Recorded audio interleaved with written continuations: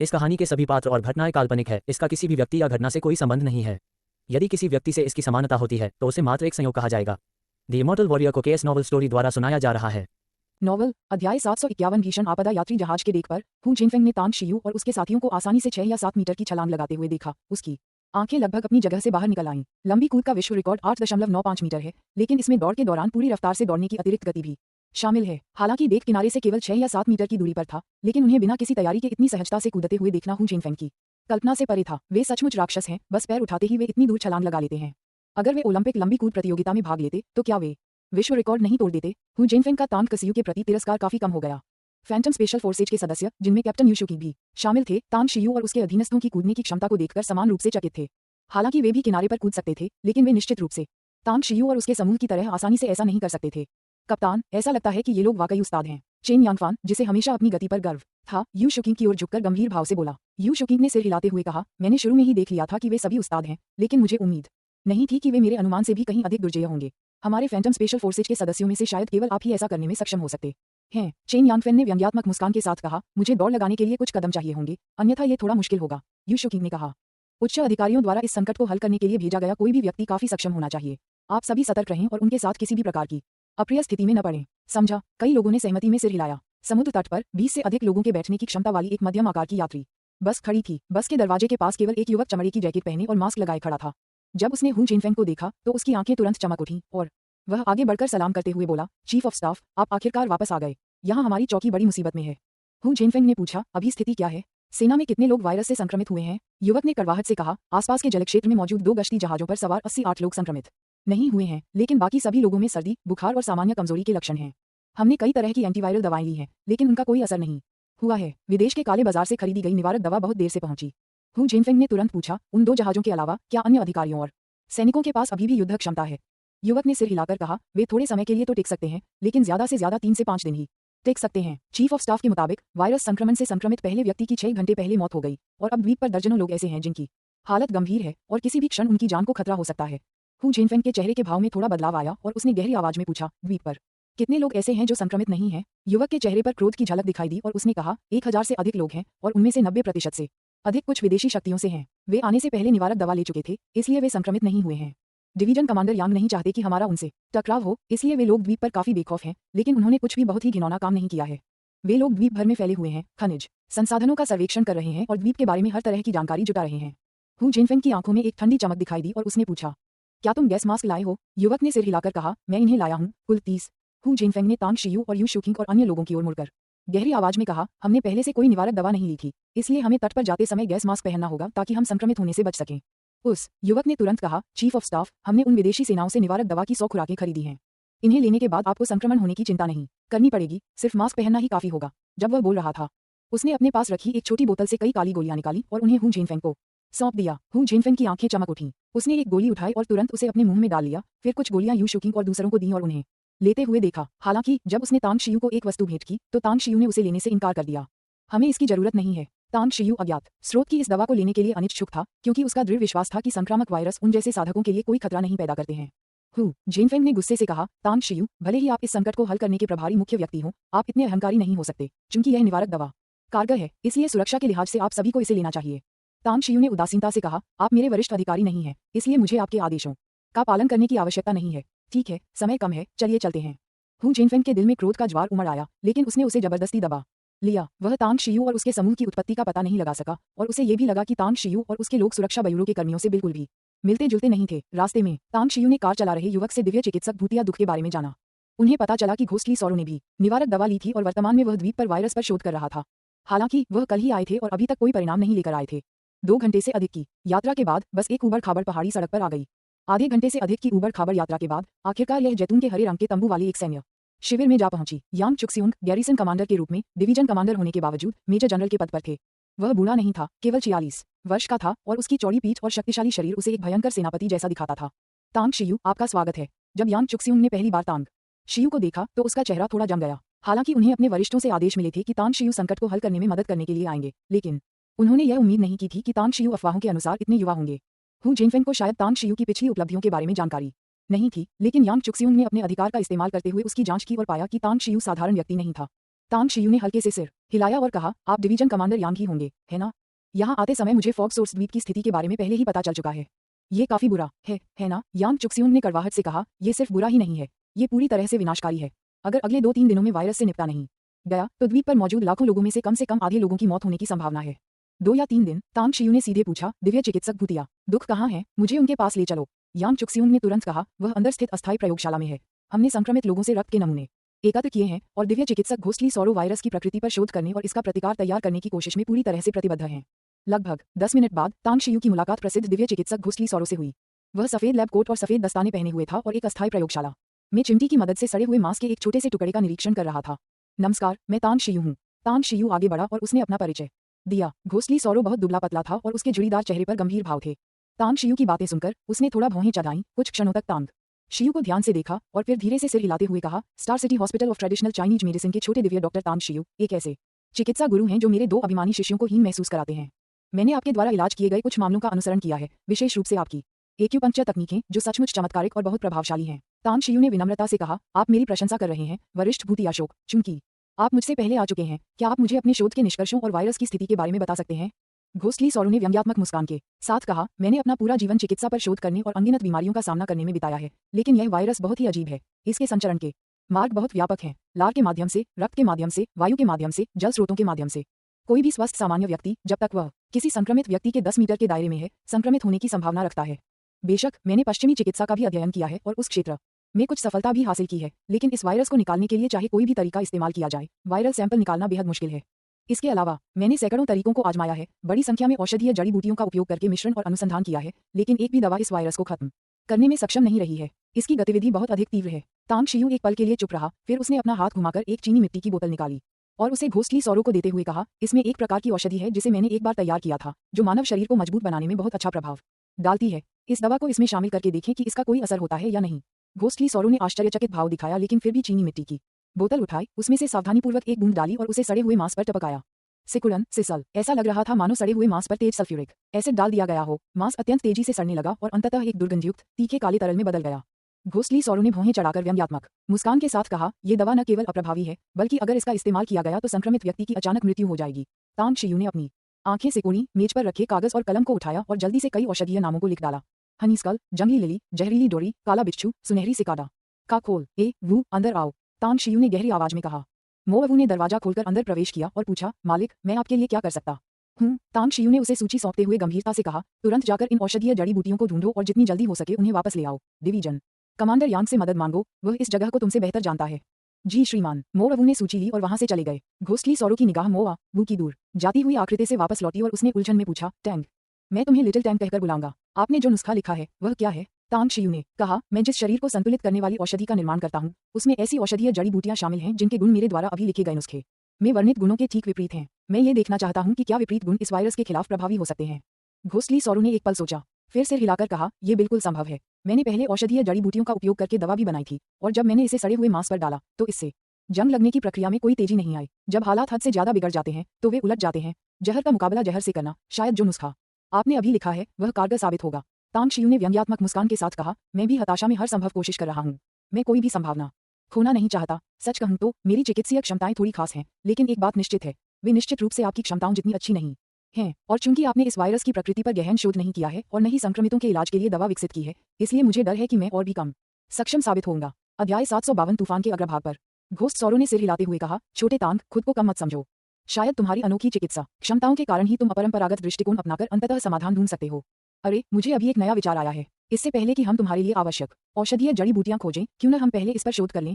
तुम्हारा मतलब है? घोस्ट सौरो ने अपना विचार समझाया और दोनों ने तुरंत प्रयोग शुरू कर दिया। असफल होने के बाद उन्होंने लगातार चर्चा और प्रयोग किए। एक के बाद एक सुझाव सामने आते रहे और एक के बाद एक असफलता मिलती रही। शोध करते करते समय बीतता चला गया। तांग शियू एक साधक होने के नाते लंबे समय तक शोध कर सकता था, लेकिन घोस्ट सौरो उम्रदराज था। हालांकि उसने वर्षों से अपने स्वास्थ्य का पूरा ध्यान रखा था, फिर भी थकान के कारण उसे रुकना पड़ा और कुछ घंटों के लिए सोने के लिए अगले कमरे में जाना पड़ा। अगली दोपहर व्युआन द्वीप पर संक्रमितों की मृत्यु दर का पुनः आकलन किया गया था और वायरस से मरने वालों की संख्या बढ़कर 562 हो गई थी। जैसे ही ये आंकड़े तांग शियू के हाथों में पहुंचे, मोअवू तुरंत तांग शियू को आवश्यक औषधीय जड़ी बूटियां लेकर वापस आ गया। मालिक, सभी औषधीय जड़ी बूटियां मिल चुकी हैं। मोअवू ने तांग शियू के सामने चमड़े के 2 सूटकेस रखे और अपने माथे से पसीना पोंछा। तांग शियू ने सिर हिलाया और तुरंत दवा बनाने में जुट गया। कई घंटों की मेहनत के बाद स्याही जैसी काली गोली तैयार हो गई। दिव्य चिकित्सक भूत दुख की निगरानी में उसने गोली को पीसकर पाउडर बनाया और उसे सड़े हुए मांस पर छिड़क दिया। इस बार सड़ा हुआ मांस तुरंत गलना शुरू नहीं हुआ, लेकिन वायरस पर भी इसका कोई खास असर नहीं हुआ। छोटे तांग, क्या तुमने ध्यान दिया कि तुम्हारे द्वारा तैयार की गई औषधि का पाउडर छिड़कने के बाद सड़े हुए मांस पर काली रेखाएं दिखाई देने लगीं? मैंने उन्हें आवर्धक लेंस से देखा और वे काली रेखाएं अनगिनत अत्यंत सूक्ष्म सक्रिय कणों से बनी है, मानो उनमें जीवन हो। पश्चिमी चिकित्सा में उन्हें जीवाणु कहा जा सकता है, घोस्ट सौरों ने धीरे से कहा। तांग शियू ने कुछ देर सोचा और अचानक उनके दिमाग में एक विचार आया। उन्होंने झट से कहा, अगर यह बैक्टीरिया है तो यह वायरल बैक्टीरिया है और बैक्टीरिया को मारने के कई तरीके हैं। हम बिजली के झटके से कीटाणुशोधन पर विचार कर सकते हैं। विद्युत द्वारा नसबंदी। घोस्ट सौरो स्तब्ध रह गया, फिर अचानक उसे कुछ सूझा और उसने तुरंत कहा, 42 साल पहले पूर्वोत्तर के विलक्षण चिकित्सक गाओ येतोंग ने विद्युत चुंबकीय नसबंदी का आविष्कार किया था, जिसमें स्थिर विद्युत का उपयोग करके वायरल बैक्टीरिया को फैलाया और गिरा जाता है। अल्कोहल और मोक्सा स्टिक्स के साथ मिलाकर यह एक बहुत ही विशेष चिकित्सा पद्धति थी जिस पर अंततः सफलतापूर्वक शोध किया गया। हालांकि इस पद्धति का वास्तविक जीवन में शायद ही कभी उपयोग होता है, लेकिन पूर्वोत्तर के कुछ पहाड़ी क्षेत्रों में यह आज भी प्रचलित है। मुझे लगता है कि हम इसे आजमा सकते हैं। चलिए इसे आजमाते हैं। तांग शियू ने अपने विचार पर अमल किया और सुखद आश्चर्य के साथ जब उसने सड़े हुए मांस का एक नया टुकड़ा लिया और उसे विद्युत रोधगलन से कीटाणुरहित किया, तो सड़े हुए मांस के भीतर की काली रेखाएं लगातार जलने लगीं और दुर्गंधयुक्त काले धुएं में बदलने लगीं, लेकिन सड़े हुए मांस का वह टुकड़ा धीरे धीरे थोड़ा चमकीला हो गया। घोस्ट सौरो और तांग शियू के शोध से पता चला कि वास्तव में वायरल बैक्टीरिया दब गए थे। ये कारगर तो है, लेकिन वायरल बैक्टीरिया बहुत तेजी से बढ़ते और फैलते हैं। हालांकि बिजली के झटके से कीटाणुशोधन करने पर बड़ी संख्या में वायरल बैक्टीरिया मर जाते हैं, लेकिन उन्हें पूरी तरह से जड़ से खत्म करना मुश्किल है। अगर मानव शरीर को लगातार बिजली का झटका दिया जाए तो इससे मृत्यु का भय अस्थायी रूप से कम हो सकता है और मृत्यु को रोकने में भी मदद मिल सकती है, घोस्ट सौरो ने उत्साह से कहा। प्रयोग के लिए एक जीवित व्यक्ति ढूंढें। इसके अलावा हमें स्थिर विद्युत उत्पन्न करने और मानव स्वास्थ्य को नुकसान पहुंचाए बिना इसे मानव शरीर में डालने का एक तरीका चाहिए, ताकि ये हर संक्रमित व्यक्ति के लिए उपयोगी हो सके। तांग शियू ने जोर देकर सिर हिलाया। अच्छा, स्थैतिक विद्युत उत्पन्न करने के 4 सामान्य तरीके हैं: आवेश स्थानांतरण, विखंडन विद्युतीकरण, प्रेरण विद्युतीकरण और संपर्क पृथक्करण। इनमें से संपर्क पृथक्करण उन वस्तुओं के लिए सबसे उपयुक्त है जिनकी आबादी अधिक है, जैसे कि रासायनिक फाइबर से बने अंडरवियर, कालीन, कुशन, वॉलपेपर और अन्य वस्तुएं जो संपर्क में आने और फिर अलग होने पर स्थैतिक विद्युत उत्पन्न करती हैं। इसके अतिरिक्त घरेलू उपकरण जब उपयोग में होते हैं तो वे भी स्थैतिक विद्युत उत्पन्न करते हैं या उनके आवरण स्थैतिक विद्युत से आवेशित हो जाते हैं, जैसे कि टेलीविजन स्क्रीन या कंप्यूटर स्क्रीन। इस समाधान पर अस्थायी रूप से शोध करने के बाद तांग शियू ने बिना किसी हिचकिचाहट के यांग चुक्सियों को स्थिति की सूचना दी और फिर टेलीविजन प्रसारण, रेडियो प्रचार, मोबाइल फोन सूचना प्रसार और सैनिकों के माध्यम से जानकारी फैलाई। तांग शियू के व्युआन द्वीप पर पहुंचने के तीसरे दिन की शाम तक वायरस संकट अंततः अस्थायी रूप से हल हो गया और मृत्यु के कगार पर खड़े अनगिनत लोगों को अंततः जीवनदान मिला। व्युआन द्वीप के भूभाग में केवल 4 ही बसने योग्य क्षेत्र हैं, जिनका दशकों से वहां रहने वाले लोगों द्वारा निरंतर विकास किया जा रहा है। पहाड़ों के बीच कुछ गांव भी हैं, लेकिन आधिकारिक आंकड़ों के अनुसार इनकी संख्या केवल 24 है।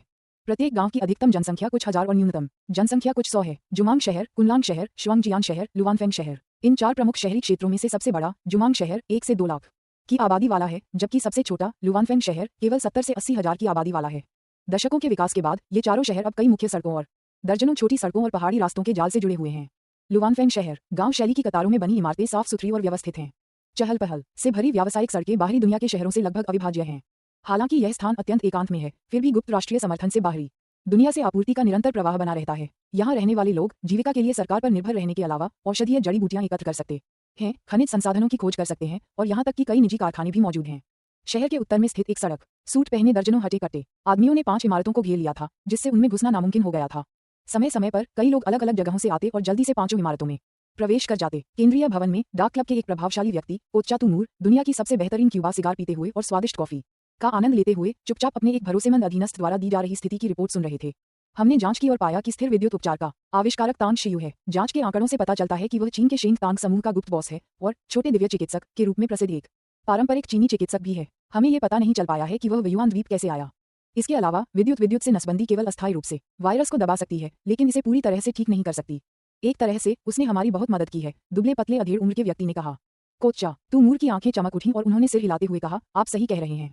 हम इस वायरस को यहाँ सभी मनुष्यों को नष्ट करने के लिए नहीं लाए थे, बल्कि उनमें से कुछ को नष्ट करने के लिए लाए थे और फिर उनके भय का फायदा उठाकर उनमें से अधिकांश के भाग्य को नियंत्रित करना चाहते थे, ताकि वे भविष्य में हमारी सेवा करें। हालांकि यहाँ के वातावरण में समस्याएं हैं, जिसके कारण वायरस का प्रकोप तेजी से फैल रहा है और अंततः हम नियंत्रण खो बैठे हैं। तांग शियू के प्रकट होने से हमें वास्तव में राहत मिली है, दुबले पतले अधेड़ उम्र के व्यक्ति ने पूछा। महोदय, अब हम क्या करें? कोच्चा तूमूर ने अपनी ठुड्डी सहलाते हुए ठंडे स्वर में कहा, उस तांग शियू को पकड़ने के लिए हथियारों को भेजो। चूंकि वह बिजली के झटके से नसबंदी करने का तरीका सोच सकता है, इससे पता चलता है कि वह असाधारण प्रतिभा का धनी है और भविष्य में हमें उसकी आवश्यकता पड़ सकती है। इसके अलावा लुवानफेंग शहर के आसपास के पहाड़ों की खोज में ढिलाई नहीं बरतनी चाहिए। अभी तक हमें केवल एक छोटी लिथियम खदान ही मिली है। भविष्य में चीनी सरकार के साथ बातचीत करते समय हम जितने अधिक खनिज भंडार खोजेंगे, उतना ही अधिक लाभ हमें होगा। जी हाँ, मैं तुरंत इसका इंतजाम कर दूंगा। लेकिन अगर तांग शियू ने विरोध किया तो क्या होगा? तब हम क्या करेंगे? दुबले पतले अधेड़ उम्र के व्यक्ति ने पूछा। कोच्चा तूमूर ने गंभीर स्वर में कहा, भले ही वह विरोध करे, उसे मारना मत। चूंकि उसने इतने कम समय में ब्लैकनिंग वायरस को दबाने का तरीका खोज लिया है, मुझे विश्वास है कि वह ब्लैकनिंग वायरस के नए प्रकार के एंटीडोट पर शोध कर सकता है। चीनी सरकार के साथ भविष्य की बातचीत में हमें ब्लैकनिंग वायरस के नए प्रकार के एंटीडोट की आवश्यकता होगी। मैं समझता हूँ, दुबले पतले अधेड़ उम्र के व्यक्ति ने जवाब दिया और जाने के लिए मुड़ गया। कोच्चा तूमूर ने दुबले पतले अधेड़ उम्र के व्यक्ति को जाते हुए देखा, फिर ताली बजाई। तुरंत ही काले ट्रेंच कोट पहने दो गोरे रंग के युवक उनके सामने प्रकट हुए। तुम दोनों फैंटम स्क्वाड को लेकर चुपचाप उनके पीछे जाओ। तांग शियू की पहचान आसान नहीं है और मुझे विश्वास है कि चीनी सेना उसकी रक्षा जरूर करेगी। अगर हत्यारे नाकाम हो जाते हैं तो तुम उसे पकड़ने की जिम्मेदारी ले लेना। हाँ, दोनों युवकों ने जवाब दिया और तुरंत अपनी जगह से गायब हो गए। शुआंगजियान शहर से दर्जनों किलोमीटर दक्षिण में स्थित एक घाटी में हरे भरे पेड़, खिले हुए फूल और जंगली जानवर हर जगह दिखाई दे रहे थे, मानो जीवन से भरपूर दृश्य हो। शुआंगजियान शहर के निर्जीव वातावरण की तुलना में यहाँ दर्जनों सैन्य तंबू लगाए गए थे। काले रंग का एक विदेशी बुजुर्ग जिसने काला कोट पहना हुआ था और जो सोने की परत चढ़ी हुई छड़ी के सहारे खड़ा था, तंबू समूह के दक्षिण में एक मिट्टी की ढलान पर खड़ा था। उसके पीछे काले चमड़े के वस्त्र पहने दो पुरुष और दो महिलाएं एक भयावह आभा में घिरे हुए थे। ये घाटी के जीवंत दृश्य से बिल्कुल मेल नहीं खाता था और यहाँ तक कि कुछ जंगली जानवर भी उनसे दूरी बनाए हुए थे। सीयू, वायरल जीन रूपांतरण एजेंट का काम कैसा चल रहा है? विदेशी बुजुर्ग ने अचानक पूछा। उसके पीछे सबसे बाईं ओर खड़ा व्यक्ति कुछ कर्कश आवाज में धीमी गति से बोला, ये तो बस आखिरी चरण है। उम्मीद है कि 3 दिनों के भीतर इसे सफलतापूर्वक तैयार कर लिया जाएगा। विदेशी बुजुर्ग ने संतुष्टि से सिर हिलाया और कहा, चीन का वह तांग शियू जो अचानक व्युआन द्वीप पर आ गया है, वाकई काबिल है। वह कोच्चा तूमूर के उन बेवकूफों से कहीं ज्यादा ताकतवर है। चूंकि हमारा पिरामिड संगठन यहाँ डार्क क्लब की योजना में दखल देने और उसे नाकाम करने आया है, इसलिए हमें उनसे टकराव के लिए तैयार रहना होगा। हम लोगों को भेजकर गड़बड़ी पैदा करेंगे। अगर वे खनिज भंडारों की खोज करना चाहते हैं तो हम जानबूझकर उन्हें कामयाब नहीं होने देंगे। तुरंत जाकर करो, सीयू ने आदरपूर्वक कहा। विदेशी बुजुर्ग ने अपनी ठुड्डी सहलाते हुए कहा, आदेश देने के बाद तुरंत अपने आदमियों को लेकर उस तांग शियू को मार डालो। उसने ही इस काले वायरस को अस्थायी रूप से दबाने का तरीका खोज लिया है, जो हमारे लिए राहत की बात है, लेकिन हम उसे इस काले वायरस का पूरी तरह से इलाज ढूंढने का तरीका बिल्कुल नहीं खोजने दे सकते और उससे भी कम हम उसे डार्क क्लब के हाथों पकड़े जाने दे सकते हैं। सीयू ने व्यंग्यपूर्वक कहा, महोदय, मैं अकेले जा सकता हूँ। विदेशी बुजुर्ग ने ठंडी सांस लेते हुए कहा, चीन में एक पुरानी कहावत है, सावधानी ही सुरक्षा की जननी है। मैं जानता हूँ कि आप में ताकत है, लेकिन अपने अहंकार के कारण अपनी जान मत गंवा देना। अध्याय 753 संकट जारी है। व्युआन द्वीप पर स्थित सैन्य अड्डे पर तांग शियू और घोस्टवरी ने अस्थायी रूप से ब्लैकनिंग वायरस को दबाने का एक तरीका खोज लिया और अंततः राहत की सांस ली। व्युआन द्वीप पर सर्वोच्च पदस्थ सैन्य अधिकारी के रूप में यांग चुक्सियुन कई दिनों से संक्रमित थे और जब इस घातक वायरस को दबा दिया गया तो उन्होंने उत्साहपूर्वक एक उत्सव भोज का आयोजन किया। जैसे ही रात हुई और उत्सव भोज समाप्त हुआ, तांग शियू ने टहलने और अपने चचेरे भाई तांग हान से मिलने के लिए बाहर जाने का फैसला किया। जब उन्होंने यांग चुक्सियुन को सैन्य शिविर छोड़ने के अपने इरादे के बारे में बताया तो यांग चुक्सियुन ने उन्हें ऐसा न करने की कड़ी सलाह दी। दिव्य डॉक्टर तांग, व्युआन द्वीप में इस समय भारी अराजकता फैली हुई है। न केवल ब्लैकनिंग वायरस के कारण जनता में दहशत फैली हुई है, जिससे कई निराशावादियों द्वारा घटनाएं घटित हो रही हैं, बल्कि विभिन्न विदेशी ताकतों के लोग भी अहंकारी हैं और दुर्भावना रखते हैं। अगर आपका उनसे सामना हुआ तो मुझे डर है कि मुसीबत हो सकती है। तांग शियू ने सिर हिलाते हुए कहा, इस बार मेरा आदेश व्युआन द्वीप पर समस्याओं को हल करने का है, न कि केवल संक्रामक रोगों पर शोध करने का। डिवीजन कमांडर यांग, अगर मैं खतरे के डर से यहीं रुका रहूं तो मुझे यहाँ भेजने वाले शीर्ष अधिकारी का क्या मतलब रह जाएगा? सबसे शीर्ष पर बैठा व्यक्ति यांग चुक्सियुन एक पल के लिए स्तब्ध रह गया, फिर उसकी पुतलियां सिकुड़ गईं और उसकी आंखों में भय की चमक दिखाई दी। हालांकि उन्हें व्युआन द्वीप पर संकट को हल करने में तांग शियू की सहायता करने के आदेश मिले थे, लेकिन उन्हें यह नहीं पता था कि किस महत्वपूर्ण व्यक्ति ने यह आदेश जारी किया था। अब जिस व्यक्ति का जिक्र तांग शियू ने किया, उससे उसे जो सदमा लगा वह बहुत ही भयानक था। क्या यह वाकई नंबर 1 है? यांग चुक्सियुन काफी देर तक चुप रही, फिर हिचकिचाते हुए बोली। तांग शियू ने सिर हिलाकर कहा, हाँ, यह वही है। यांग चुक्सियुन ने कुछ जटिल भाव से तांग शियू की ओर देखा और कहा, चूंकि ऐसा है तो मैं आपको नहीं रोकूंगा, हालांकि मैं व्यक्तिगत रूप से आपके दौरों पर आपके साथ चलूंगा यदि आपको किसी खतरे का सामना करना पड़े। तांग शियू ने हाथ हिलाकर उसे बीच में ही रोक दिया और कहा, डिवीजन कमांडर यांग, आपको समग्र स्थिति को स्थिर करने के लिए यहीं रहना होगा। यदि अराजक तत्व सेना पर हमला करते हैं तो आप समय रहते सैनिकों को भेज सकते हैं। मेरी सुरक्षा के बारे में क्या आपको लगता है कि उस व्यक्ति द्वारा महत्व दिए जाने वाले किसी व्यक्ति में कोई क्षमता नहीं होगी? तांग शियू के अलंकारिक प्रश्न पर यांग चुक्सियुन अवाक रह गया। तांग शियू को काफी देर तक गौर से देखने के बाद उसने अंत में व्यंग्यात्मक मुस्कान के साथ कहा, मुझे डर है कि अगर कुछ गड़बड़ हो गई तो उस व्यक्ति के लिए भी एल्डर तांग तो है ही। अगर एल्डर तांग नाराज हो गए तो मैं जिम्मेदारी नहीं उठा पाऊंगा।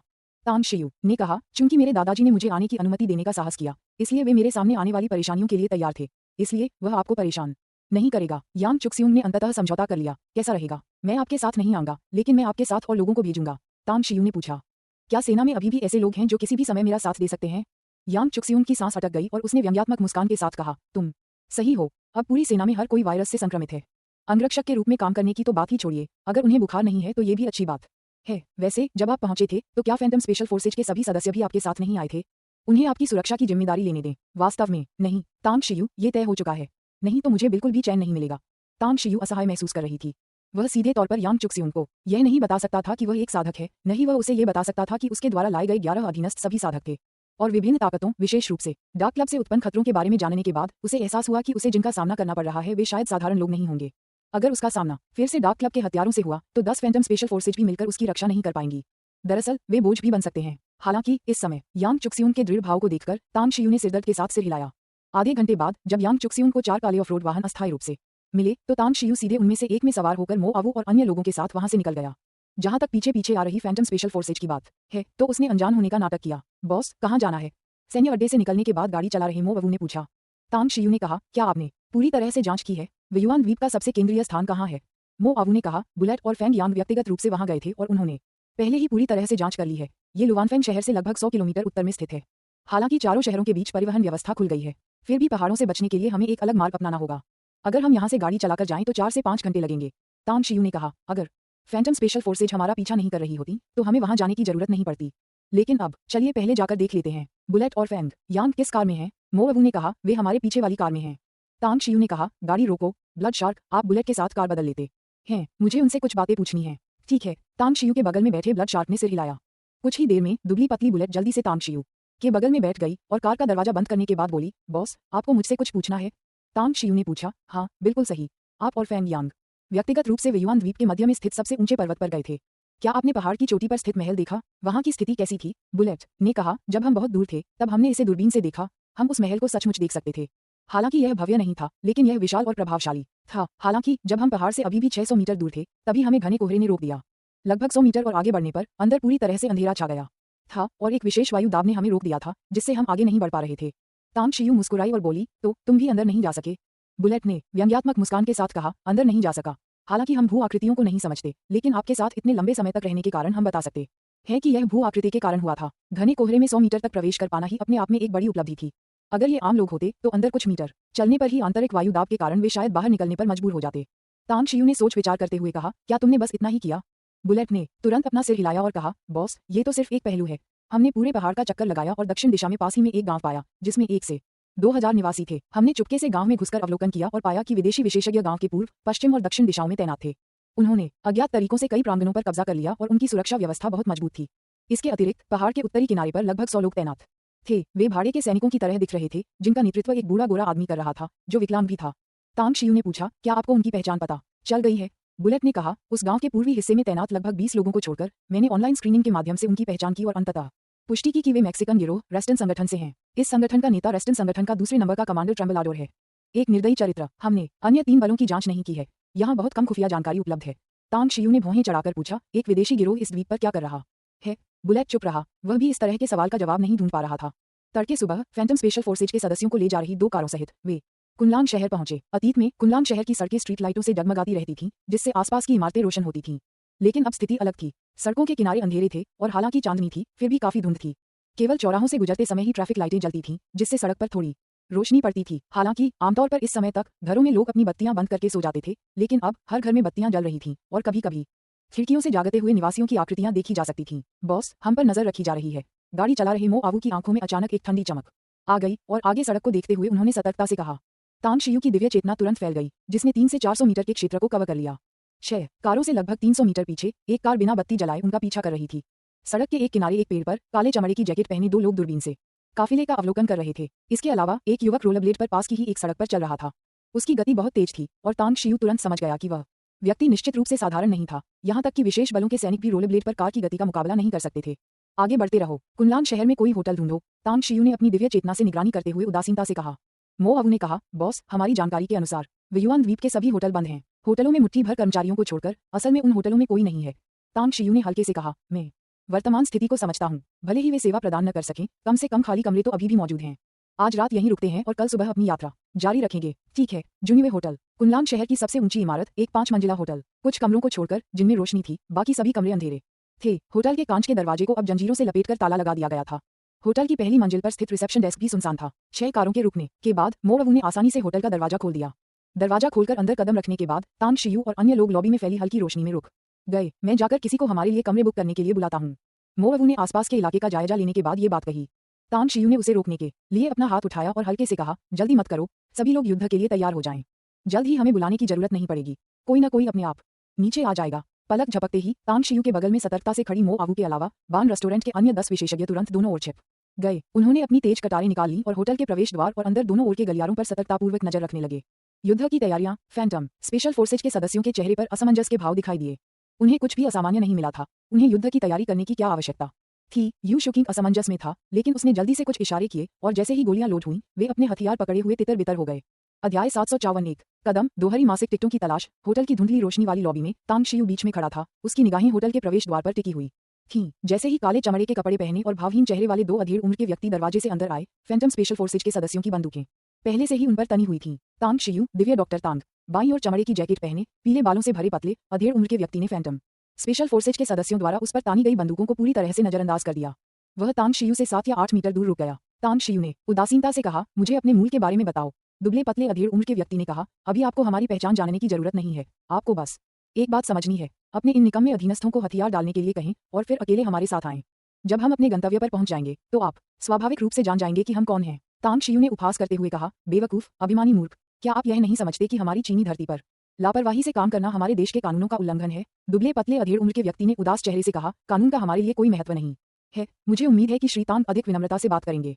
आपको इतनी जल्दी ढूंढ पाना हमारी क्षमता को दर्शाता है। अब हम आपको सम्मानपूर्वक आमंत्रित कर रहे हैं, जो आपको पर्याप्त सम्मान प्रदान करता है। चीन में एक पुरानी कहावत है, जो लोग टोस्ट देने से इनकार करते हैं उन्हें जुर्माने के तौर पर कुछ पीना पड़ता है। मुझे उम्मीद है कि श्री तांग ऐसा ही कोई फैसला नहीं लेंगे। तांग शियू ने पूछा, क्या तुम मुझे धमकी दे रहे हो? दुबले पतले अधेड़ उम्र के व्यक्ति ने ठंडे स्वर में कहा, चूंकि नर्म तरीका काम नहीं करता, इसलिए हमारे पास केवल कठोर तरीका अपनाने के अलावा कोई चारा नहीं है। लेकिन उससे पहले श्रीमान तांग, कृपया इस अंतिम अवसर का लाभ उठाएं और हमारे साथ चलें। यू शुकिंग ने अपनी बंदूक पकड़ी और उसे पीले बालों वाले अधेड़ उम्र के व्यक्ति की कनपटी पर निशाना साधा। वह सावधानी से पीले बालों वाले आदमी के पास पहुंचा और गहरी आवाज में बोला, श्री तांग आपके साथ नहीं जाएंगे। कुछ भी करने से पहले आपको इसके परिणामों पर विचार कर लेना चाहिए। दुबले पतले अधेड़ उम्र के व्यक्ति ने अपना सिर घुमाया, कुछ क्षणों के लिए यू शुकिंग को देखा और सिर हिलाते हुए कहा, इसमें कोई आश्चर्य की बात नहीं है कि श्री तांग इतने निडर हैं। पता चला कि उनके पास विशेषज्ञ सुरक्षा के लिए मौजूद हैं। अगर मैं गलत नहीं हूं तो ये चीन की सेना के विशेष बल के सैनिक होने चाहिए, है ना? चूंकि हम लड़ने ही वाले हैं तो क्यों न हम शुरुआत एक एपेटाइजर से करें? क्या हम अपने लोगों को आपस में प्रतिस्पर्धा करने दें? जब वह बोल रहा था, उसने ताली बजाई और तुरंत ही सूट पहने हुए लेकिन पीठ पर युद्ध के चाकू लिए हुए 8 आदमी दरवाजे के बाहर से अंदर आ गए। उनमें एक निर्मम भाव झलक रहा था और वे जल्दी से उस पतले अधेड़ उम्र के व्यक्ति के पीछे कतार में खड़े हो गए। यू शुकिंग को स्पष्ट रूप से यह आभास हुआ कि ये लोग साधारण नहीं थे। कुछ देर सोचने के बाद वह एक कदम पीछे हट गया और गहरी आवाज में बोला, गेजी, तुम जाओ उनके साथ खेलो। फैंटम स्पेशल फोर्सेज में यू शुकिंग के बाद युद्ध कौशल में दूसरे स्थान पर रहने वाले वेई चेंगगेंग ने अपनी बंदूक अपने बगल में खड़ी मो शियानान को सौंप दी। उसने जल्दी से अपना बाकी सामान हटाया, अपनी गर्दन घुमाई और कई चटकने की आवाजों के साथ वह कुछ कदम आगे बढ़ा और उपहासपूर्वक बोला, कौन खेलना चाहता है? दुबले पतले अधेड़ उम्र के व्यक्ति ने व्यंग्य भरी मुस्कान के साथ अपनी दाहिनी उंगली आगे की ओर उठाई। उस पंक्ति में सबसे बाईं ओर खड़ा व्यक्ति कुछ कदम चला और वेई चेंगगेंग के सामने खड़ा होकर अंग्रेजी में बोला, मैं हमारी टीम में सबसे कमजोर हूं, लेकिन आपके साथ काम करना मेरे लिए कोई दबाव की बात नहीं है। चलिए, मुझे चीन के विशेष बलों के सदस्यों की ताकत देखने दीजिए। वेई चेंगगेंग ने लड़ने की मुद्रा अपनाई और उपहास करते हुए कहा, जब तुम अपनी बड़ाई करते हो तो अपनी क्षमता से अधिक करने की कोशिश मत करो, जो है सामने रखो। तांग शियू ने चुपके से अपना सिर हिलाया। डाक क्लब के गुप्त विशेषज्ञों की संख्या असंख्य थी। लाओशान, चांगशी शहर में जिन हथियारों से उसका सामना हुआ वे सभी असामान्य थे और उनकी ताकत भयावह थी। उसके सामने खड़ा पतला दुबला अधेड़ उम्र का आदमी और उसके बगल वाला आदमी इंसान नहीं थे और उनकी ताकत शायद बहुत ज्यादा थी। जहां तक उस दुबले पतले अधेड़ उम्र के व्यक्ति के 8 अधीनस्थों की बात है, उनमें से प्रत्येक से खून की तीव्र गंध और हत्या करने की प्रबल इच्छा झलक रही थी, जिससे एक मजबूत हत्यारी आभा निकल रही थी, जो साबित करती थी कि वे सभी बहुत मजबूत थे, कम से कम युद्ध में माहिर विशेषज्ञ थे। वेई चेंगगांग, वह शायद उस व्यक्ति का प्रतिद्वंदी नहीं था। हालांकि तांग शियू का इरादा वेई चेंगगेंग को चेतावनी देने का नहीं था, क्योंकि उसे फैंटम स्पेशल फोर्सेज के इन लोगों के प्रति कोई खास स्नेह नहीं था। खासकर इस समय उसने अभी तक कुछ बोला भी नहीं था। फिर भी कप्तान होने के नाते यू शुकिंग ने मैदान में कूदकर अपनी टीम के सदस्यों को प्रतिद्वंदी से मुकाबला करने के लिए कहा, जो सरासर मूर्खतापूर्ण था। उसी समय तांग शियू का एक और लक्ष्य था और वह ये था कि फैंटम स्पेशल फोर्सेज के सभी सदस्य घायल हो जाएं तो ये सबसे अच्छा होगा। इस तरह उन्हें उसकी पूंछ की तरह उसके पीछे पीछे नहीं चलना पड़ेगा और इससे मिस्टी आइलैंड पर उसकी गतिविधियों पर कोई असर नहीं पड़ेगा। हालांकि इस समय वेई चेंगगेंग आत्मविश्वास से भरे हुए थे। लगातार 2 सैन्य क्षेत्रीय प्रतियोगिताओं में युद्धकला में चैंपियनशिप जीतने के बावजूद, वह अपने दुश्मनों को गंभीरता से लेने के बावजूद अवचेतन रूप से यह मानता था कि प्रतिद्वंद्वी उसे कभी हरा नहीं सकता। ये देखकर कि विरोधी का पहले हमला करने का कोई इरादा नहीं था, उसने विनम्रता दिखाने की जहमत नहीं उठाई। उसके कदमों की गति तुरंत तेज हो गई और उसने प्रतिद्वंद्वी की ओर एक जोरदार लात मारी। अगर किसी आम इंसान को उसकी लात लग जाए तो भले ही उसकी मौत न हो, लेकिन वह गंभीर रूप से घायल हो जाएगा। बहुत धीमा प्रतिद्वंद्वी ने अपना सिर हिलाया, कुछ बुदबुदाया और फिर बिजली की तरह वेई चेंगगेंग की टखने को पकड़ लिया। जैसे ही उसने वेई चेंगगेंग के दूसरे पैर की भीतरी जांघ पर लात मारी, उसने तुरंत एक और मुक्का मारा, जो सीधे वेई चेंगगेंग के चेहरे पर लगा। टकराना। आत्मविश्वास से भरे वेई चेंगगेंग प्रतिद्वंद्वी के मुक्के से हवा में उछल गए और पास की एक दीवार से टकराकर चक्कर खा गए। अगर वह वार सहने की अपनी मजबूत क्षमता के लिए नहीं जाना जाता तो प्रतिद्वंद्वी के उस जोरदार मुक्के से वह शायद नॉकआउट हो जाता। एक चाल, जीत और हार का फैसला तुरंत हो गया। उस व्यक्ति ने तिरस्कारपूर्ण भाव से उस ओर थूका जहां वेई चेंगगेंग गिरा था। उसने अपने इस फायदे का इस्तेमाल नहीं किया और न ही उसका इरादा किसी को मारने का था। उस तिरस्कार भरे भाव के साथ वह उस दुबले पतले अधेड़ उम्र के व्यक्ति के पीछे लौट आया, अपने हाथों को फिर से अपनी पीठ के पीछे बांध लिया और अब वेई चेन गैंग की ओर नहीं देखा। फैंटम स्पेशल फोर्सेज के सदस्य हक्का बक्का रह गए, उनकी निगाहें वेई चेन गैंग को हराने वाले व्यक्ति को ऐसे घूर रही थीं मानो वह कोई राक्षस हो। वे टीम के भीतर एक दूसरे को अच्छी तरह से जानते थे और स्वाभाविक रूप से समझते थे कि वेई चेन गैंग के युद्ध कौशल कितने शक्तिशाली थे, लेकिन वे यह नहीं समझ पाए कि वेई चेन गैंग अपने प्रतिद्वंद्वी से सिर्फ एक चाल में कैसे हार गया।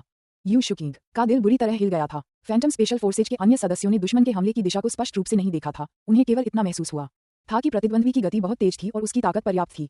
लेकिन उन्होंने प्रतिद्वंद्वी के हमले की दिशा को स्पष्ट रूप से पकड़ लिया था और प्रतिद्वंद्वी की भयावह गति का पहले ही अनुमान लगा लिया था। इतनी तेजी, कितना मजबूत, फैंटम स्पेशल फोर्सेज में कोई भी उसका मुकाबला नहीं कर सकता। यहाँ तक कि अगर मैं अपना सबसे शक्तिशाली हमला भी कर दूं, तो भी शायद मैं उस आदमी को हरा नहीं पाऊंगा। चाहे ताकत हो या गति, प्रतिद्वंदी बहुत मजबूत है, बहुत मजबूत। यू शुकिंग ने शर्मिंदगी भरी नजरों से तांग शियू की ओर देखा। वह मन ही मन इस बात का पछतावा करने लगा था कि उसने तांग शियू की रक्षा के लिए समय रहते छलांग क्यों नहीं लगाई। इस क्षण उसे एहसास हुआ कि उसके आगे बढ़ने के क्षण से ही तांग शियू ने एक भी आवाज नहीं निकाली, एक भी शब्द नहीं कहा और न ही कोई प्रतिक्रिया व्यक्त की। तांग शियू ने यू शुकिंग के चेहरे के भावों पर एक नजर डाली और उसकी पूरी मानसिक स्थिति को समझ लिया। कुछ क्षणों की चुप्पी के बाद तांग शियू ने हल्के स्वर में कहा, युद्ध में जीत और हार आम बात है। इस हार का यह मतलब नहीं है कि भविष्य की हर लड़ाई में असफलता ही मिलेगी। जब तक आपकी महत्वाकांक्षा बनी रहेगी और आप कड़ी मेहनत करते रहेंगे, मुझे विश्वास है कि अंततः विजय का दिन अवश्य आएगा। हालांकि चूंकि मैं मिस्टी आइलैंड का महाप्रबंधक हूं, इसलिए अब से मेरी अनुमति के बिना कोई भी बाहर निकलकर परेशानी खड़ी करने की कोशिश नहीं करेगा। मैं समझता हूं। यू शुकिंग ने कड़वाहट से सिर हिलाया। तांग शियू ने उस दुबले पतले अधेड़ उम्र के व्यक्ति को देखा और हल्के से कहा, चूंकि आप पहले मुकाबला करना चाहते हैं, तो मैं इसे अंत तक संभाल लूंगा। ब्लड शार्क, बाहर आओ और उनके साथ खेलो। ब्लड शार्क गलियारे के कोने से अचानक प्रकट हुई और तुरंत तांग शियू के बगल में आ गई। उसने अपनी मुठ्ठियां भींची और फिर मुस्कुराते हुए लोगों के दोनों समूहों के बीच से गुजरा। लड़ाई और हत्या करना पहले बहुत उबाऊ लगता था। मुझे आज इतने सारे विशेषज्ञों से मिलने की उम्मीद नहीं थी। लगता है आज बहुत मजा आने वाला है। वो बच्चा जो अभी बाहर आया था, बाहर आओ और चलो उससे लड़ते हैं। दुबले पतले अधेड़ उम्र के व्यक्ति ने एक बार फिर अपने अधीनस्थ की ओर उंगली उठाई और उदासीनता से कहा, अभी आखिरी क्षण नहीं आया है शत्रुतापूर्ण व्यवहार करने और जान से मारने की कोई आवश्यकता नहीं है। हालांकि बहुत ज्यादा दया मत दिखाओ। अगर उनकी मौत नहीं होती तो ठीक है, लेकिन उन्हें गंभीर रूप से घायल होना चाहिए, समझा। उस आदमी ने सहमति जताई, ब्लड शार्क की ओर तिरस्कार भरी नजर से देखा और तुरंत आगे बढ़ गया। पलक झपकते ही वह ब्लड शार्क तक पहुंच गया था और जैसे ही उसने अपनी हथेली आगे बढ़ाई, उसने तुरंत ब्लड शार्क के चेहरे पर हमला कर दिया। बहुत धीमा, ब्लड शार्क ने तिरस्कार भरी मुस्कान दी और उसकी आकृति पल भर में धुंधली छवि में बदल गई। इससे पहले कि वह व्यक्ति कोई प्रतिक्रिया दे पाता, उसकी हथेली ब्लड शार्क के मायाजाल से होकर गुजर गई। जैसे ही उसका निश्चित निशाना चुका, उसके चेहरे के भाव में थोड़ा बदलाव आया। जैसे ही वह हमलों का दूसरा दौर शुरू करने वाला था, उसे दो हाथों ने सीधे जमीन पर पटक दिया, जिन्हें वह स्पष्ट रूप से देख भी नहीं सका। फिर ब्लड शार्क ने उस आदमी के पेट में हल्के से लात मारी और जैसे ही प्रतिद्वंद्वी जमीन पर फिसल गया, उसने उसकी कमर में लात मार दी। एक चाल, सिर्फ एक ही चाल में ब्लड शार्क ने प्रतिद्वंद्वी को बुरी तरह घायल कर दिया। जैसे ही प्रतिद्वंद्वी का शरीर जमीन पर 7 या 8 मीटर पीछे की और फिसला, वह अंततः एक दीवार के आधार से टकरा गया, जिससे उसके सिर पर चोट लगी और खून बहने लगा और वह तुरंत बेहोश हो गया। क्या दुबले पतले अधेड़ उम्र के व्यक्ति और उसके दूसरे साथी के चेहरे बेहद बदसूरत हो गए, मानो उन्हें अपने भोजन में एक मरी हुई मक्खी मिल गई हो और वे गुस्से से लगभग मर रहे हों। हालांकि इसी क्षण उन्हें ब्लड शार्क की भयावह शक्ति का भी एहसास हुआ। फैंटम स्पेशल फोर्सेज मो शियानान ने एक ही वार में ब्लड शार्क द्वारा पराजित हुए दुश्मन को खाली निगाहों से देखा, फिर कांपते हुए खड़े हुए वेई चेन गैंग की ओर देखा। उसने अचानक चेन यांगफेंग को अपनी बाह से धक्का दिया और फुसफुसाते हुए कहा, मुझे बताओ, क्या मैं सपना देख रहा हूँ? नहीं, ये सपना नहीं है। चेन यांगफेंग ने अपनी मुठ्ठियां भींच लीं, उसकी आंखों में कट्टरता भरी हुई थी और वह ब्लड शार्क पर टकटकी लगाए हुए था। वहीं बाकी सभी लोगों के चेहरे पर अविश्वास के भाव थे और उनकी आंखों में गहरे सम्मान की झलक थी।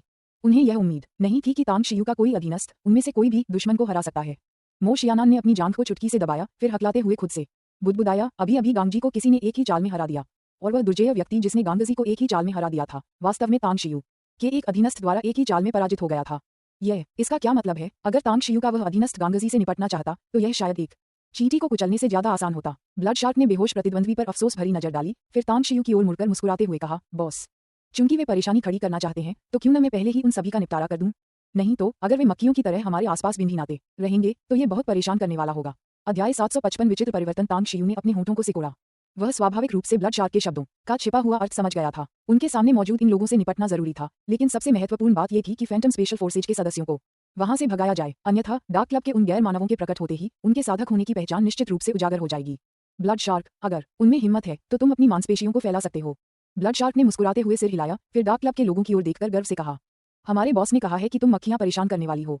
अगर अपनी ताकत दिखानी है तो आगे आओ, मैं तुम सबसे अकेले ही निपट लूंगा। दुबले पतले अधेड़ उम्र के आदमी का चेहरा उदास था, उसकी तीखी निगाहें ब्लड शार्क पर टिकी हुई थीं। उसमें वेयरवुल्फ का खून था, इसलिए स्वाभाविक रूप से वह बेहद शक्तिशाली था। उसके साथ मौजूद उसकी अपनी जाति के उच्च पदस्थ सदस्यों के अलावा शेष 7 अधीनस्थ सभी मनुष्य थे। हालांकि उन्होंने भी विचित्र और अनोखी तकनीकें सीखी थीं, लेकिन उनकी शक्ति विशेष रूप से मजबूत नहीं थी। अगर वे साधारण मनुष्यों से निपट रहे होते तो कोई समस्या नहीं होती, लेकिन एक बार जब उनका सामना असली शक्तिशाली परग्रही शक्तियों से हो जाता तो वे केवल मार ही खा सकते थे। तथापि उसे अपनी शान का ख्याल था और वह अपने मातहतों को काया बनने की बिल्कुल भी इजाजत नहीं देता था। हालांकि ब्लड शार्क नाम का यह आदमी बहुत ताकतवर था, लेकिन अगर उसके साथ माथत आपस में मिल जाते तो उससे लड़ना नामुमकिन नहीं था। जाओ उसे मार डालो, दुबले पतले अधेड़ उम्र के व्यक्ति ने मुट्ठी भींचकर चिल्लाया। डाक क्लब के सातों विशेषज्ञ आदेश सुनते ही चौकन्ने हो गए। ब्लड शार्क के घमंड भरे शब्दों के तुरंत बाद ही उनके दिलों में उसे जान से मारने की तीव्र इच्छा जागृत हो गई थी और वे उसे मारने का आदेश मिलने का बेसब्री से इंतजार कर रहे थे। स्विश, सातों आदमी एक साथ आगे बढ़े और पलक झपकते ही अपनी पीठ पर टंगी म्यान से युद्ध के चाकू निकाल लिए। उनके समन्वित आंदोलनों और उन खूंखार धारों ने वातावरण में एक खूनी आभा भर दी। ब्लड शार्क ने थोड़ा सा माथा सिकोड़ा। अपने साहस के बावजूद वह सतर्क रहा। 100 फीस्ट रेस्टोरेंट की युद्ध रणनीतियां अनोखी थीं। कई लोगों के सहयोग से वे अत्यंत शक्तिशाली बल का प्रदर्शन कर सकते थे। उसके सामने खड़े इन सातों व्यक्तियों के बीच एक गहरा मौन समझौता था और यह पूरी तरह संभव था कि वे संयोजन रणनीतियों को समझते हों। 7 सितारे एक सीध में आ गए हैं। सातों आदमियों के कदमों की आहट अचानक सुनाई दी। उनके दांतों के बीच से निकलती आवाज के साथ ही वे सातों आदमी धुंधली परछाइयों में बदल गए और पलक झपकते ही ब्लड शार्क को घेर लिया। वैसे तो उनकी गति धीमी थी, लेकिन उनके तालमेल, लगातार टकराती तलवारों, हाथों से साथियों के कंधों को थपथपाने और एक समान दिशा निर्देशों के कारण उनकी गति में जबरदस्त उछाल आ गया। क्या आपको साथियों से बाहरी मदद की आवश्यकता है? ब्लड शार्क ने अपनी भौहें उठाईं। उसका गंभीर चेहरा अचानक बदल गया। उसके मन में एक मुस्कान आई और उसने तुरंत एक तीर चलाया जो सटीक रूप से एक युद्ध छुरी पर लगा। इसी क्षण उधार ली गई शक्ति से गति प्राप्त करने वाली युद्ध संरचना में अचानक एक खामी आ गई। मेरे लिए थोड़ा आराम करो। ब्लड शार्क परछाई की तरह पीछे पीछे चल रहा था। उसका खंजर पंक्ति में मौजूद दरार का फायदा उठाते हुए तेजी से आगे बढ़ रहा था। 4 औंस की ताकत से 1000 पाउंड के वार को रोकते हुए 2 युद्ध छुरी हवा में उड़ गईं। ब्लड शार्क के हाथ में मौजूद खंजर मानो अपनी ही शक्ति से चल रहा था और टेढ़े मेढ़े रास्ते से होते हुए एक आदमी की बाईं पसली में जा घुसा। एक तीखी चीख अभी निकली ही थी कि उनमें से 2 की गर्दन पर खून की 2 लकीरें दिखाई दीं। जैसे ही घाव खुले, खून तेजी से बहने लगा। ब्लड शार्क किसी भीड़ों के झुंड में घुसते हुए बाघ की तरह था। उसका खंजर लगातार चलता रहता था और खून की धारें बिखेरता रहता था। वह अपनी गति को नियंत्रित कर रहा था, लेकिन फिर भी डाक क्लब के लोगों से लगभग 2 गुनी तेज था। विशेषज्ञों के बीच मुकाबले में लगभग 2 गुनी गति का फायदा निश्चित रूप से एक तरफा जीत का कारण बन सकता था। 15 सेकंड। ब्लड शार्क ने डार्ट चलाने से लेकर तांग शियू के सामने वापस आने तक केवल 15 सेकंड का समय लेकर लड़ाई को पूरी तरह से समाप्त कर दिया।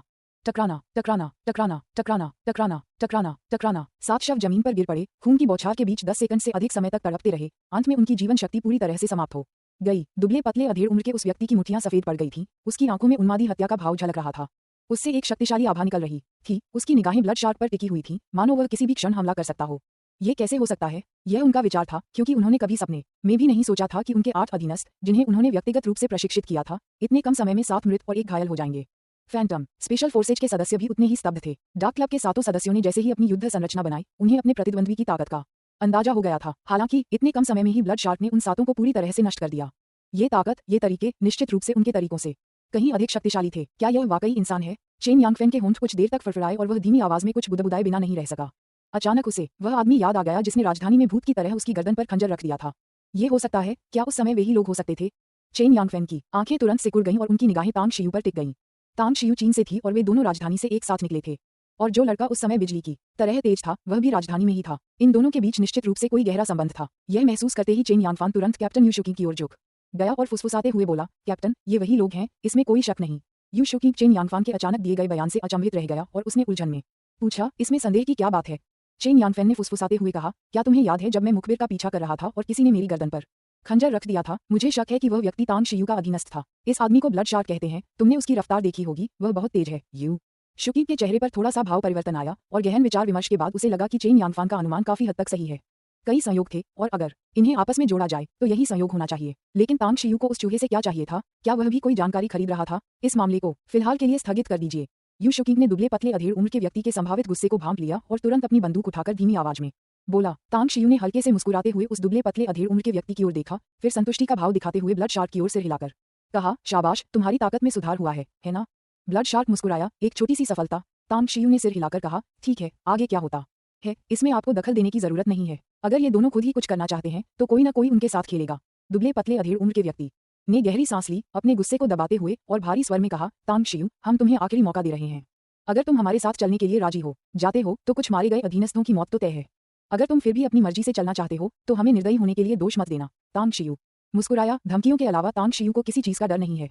दिखाओ तुम्हारे पास क्या है। लेकिन अगर तुमने आम लोगों के सामने कोई ऐसी बात उजागर कर दी जो नहीं करनी चाहिए, तो मुझे डर है कि यह मामला बहुत तेजी से फैल जाएगा। उस समय तुम्हारे लिए इस गड़बड़ी को संभालना बहुत मुश्किल होगा। दुबले पतले अधेड़ उम्र के व्यक्ति ने गुस्से से कहा, अगर आम लोग मर जाएंगे तो किसी को पता भी नहीं चलेगा। जैसे ही उसकी आवाज बंद हुई, उसके बगल में खड़ा अधेड़ उम्र का आदमी पलक झपकते ही फैंटम स्पेशल फोर्सेज के 7 सदस्यों की ओर झपटा। इससे पहले कि वह सबसे आगे खड़े यू शुकिंग तक पहुंच पाता, उसके नुकीले दांत निकल आए, उसकी आंखें हरे पीले रंग की हो गईं और उसकी पहले से काली त्वचा पर भी बाल लगातार उगने लगे, जिससे वह तेजी से एक मानव रूपी जानवर में परिवर्तित हो गया। भेड़िया वंश को सक्रिय करने से व्यक्ति अस्थायी रूप से पैतृक अवस्था में वापस आ सकता है, जिससे उसकी शक्ति दोगुनी हो जाती है। तांग शियू ने लाओ पर्वत पर वेयरवुल्फ को अपनी वंश परंपरा को सक्रिय करके पैतृक अवस्था में लौटते देखा था, इसलिए उसे यह अजीब नहीं लगा। हालांकि फैंटम स्पेशल फोर्सेज के 7 सदस्य वेयरवुल्फ के इस रूपांतरण से स्तब्ध रह गए। उस क्षण यू शुकिंग को छोड़कर, जिसने सहज रूप से ट्रिगर दबाकर गोली चला दी, बाकी सभी अवाक रह गए। मो आवू का बलवान शरीर तुरंत आगे बढ़ा और उसने अपनी अमर तलवार से वार किया। जैसे ही भेड़िया के नुकीले पंजे यू शुकिंग का सिर फाड़ने वाले थे, यू शुकिंग ने उस पंजे पर जोरदार प्रहार किया। यू शुकिंग के चेहरे पर खून के छींटे पड़े और भेड़िया के दूसरे पंजे ने उसकी छाती पर 4 गहरे घाव कर दिए। गर्जन दुबले पतले अधेड़ उम्र के व्यक्ति के शरीर में भी परिवर्तन आया। जैसे ही उसके पीठ के कपड़े फटे, 2 पंख तुरंत फैल गए। उसके माथे पर लाल पंखों की कलगी उगाई और उसकी आंखों से आग निकलने लगी। उसी समय उसके दोनों पंखों से एक एक करके पंख निकलकर तांग शियू और ब्लड शार्क की ओर तेजी से बढ़े। आग ने पंखों को प्रज्वलित कर दिया, जिससे रॉकेट जैसी लकीरें बन गईं और इस क्षण आसपास का तापमान भी अचानक बढ़ गया। वूश वूश वूश तांग शियू के सामने अचानक 8 आकृतियां प्रकट हुईं और ब्लड शार्क के साथ मिलकर उन्होंने अपनी उड़ने वाली तलवारें चलाईं। तलवारों की छायाओं की परतें चीरती हुई निकलीं, रॉकेटों की लकीरें पल भर में बिखर गईं और तलवारों की तीव्र ऊर्जा ने एक तलवार का जाल बना लिया, जो पंखों वाले मानव में परिवर्तित हुए दुबले पतले अधेड़ व्यक्ति की ओर झपटा। चीन कृषक पंखों वाले उस व्यक्ति का चेहरा अचानक बदल गया, मानो उसे कुछ एहसास हो गया हो, और वह तुरंत पीछे हट गया। जब वह मो आवू के पीछे प्रकट हुआ तो उसके पंख प्रकाश की तलवारों में बदल गए और तेजी से मो आवू की गर्दन के पिछले हिस्से की ओर बढ़े। मृत्यु की तलाश तांग शियू को छोड़कर मो आवू की साधना का स्तर सबसे ऊंचा था। अपने पीछे हवा का झोंका महसूस करते हुए वह तुरंत भेड़िया की ओर झपटा और घूमती हुई उड़ने वाली तलवार से उसे यू शुकिंग और अन्य लोगों के बीच धकेल दिया। टैट टैट टैट सातों आग की लपटें निकलती रहीं और गोलियां मानो बेरोक-टोक चल रही थीं, जिनमें से अधिकांश गोलियां वेयरवुल्फ के शरीर में जा धंस गईं। गर्जन पंखों वाले उस आदमी ने अचानक जोरदार दहाड़ मारी, अपनी कमर से एक सिरिंज निकाली और उसे मो आवू की ओर तेजी से घुमाया। उसी क्षण उसके दोनों पंख पलक झपकते ही गायब हो गए और उसके माथे पर मौजूद चांदी लाल पंखों की कलगी भी तुरंत गायब हो गई। उसकी आंखें भयानक हरे रंग की हो गईं, उसके शरीर पर बाल उगाए और उसकी उंगलियों से नुकीले पंजे बेतहाशा बढ़ गए। जो आदमी कुछ ही क्षण पहले पंखों वाला इंसान था, वह पल भर में वेयरवुल्फ में बदल गया। विचित्र परिवर्तन। तांग शियू के व्यापक ज्ञान के बावजूद भी वह अचंभित और अवाक रह गया। एक पंखों वाला आदमी वेयरवुल्फ में बदल रहा है, ये किस तरह का राक्षस है? तांग शियू ने गहरी सांस ली और उसी क्षण उसने निर्णायक हमला कर दिया। उसकी दांतेन दुनिया में लटकी हुई लंबी तलवार तुरंत ही निकल पड़ी, जो प्रकाश की एक धारा में परिवर्तित होकर राक्षस की पीठ को भेद गई। पलायन। जिस राक्षस के हृदय में छेद हो गया था, उसके मुंह से एक दहाड़ निकली। अध्याय 756 अंधेरी रात में रक्त वर्षा। पंखों वाली मानव से वेयरवुल्फ में परिवर्तित वह राक्षस अपने घातक घावों को सहते हुए अपने शक्तिशाली शरीर के साथ मो आवू की ओर बढ़ रहा था। आत्मघाती हमले को अंजाम देते हुए यह उन्मादपूर्वक मो आवू की ओर दौड़ा। इसी बीच दूसरा वेयरवुल्फ, जिसका पंजा कट गया था, तुरंत बाहर की ओर भाग गया। उन्हें पकड़ें। तांग शियू ने तुरंत अपनी उड़ने वाली तलवार वापस बुला ली और दहाड़ मारी।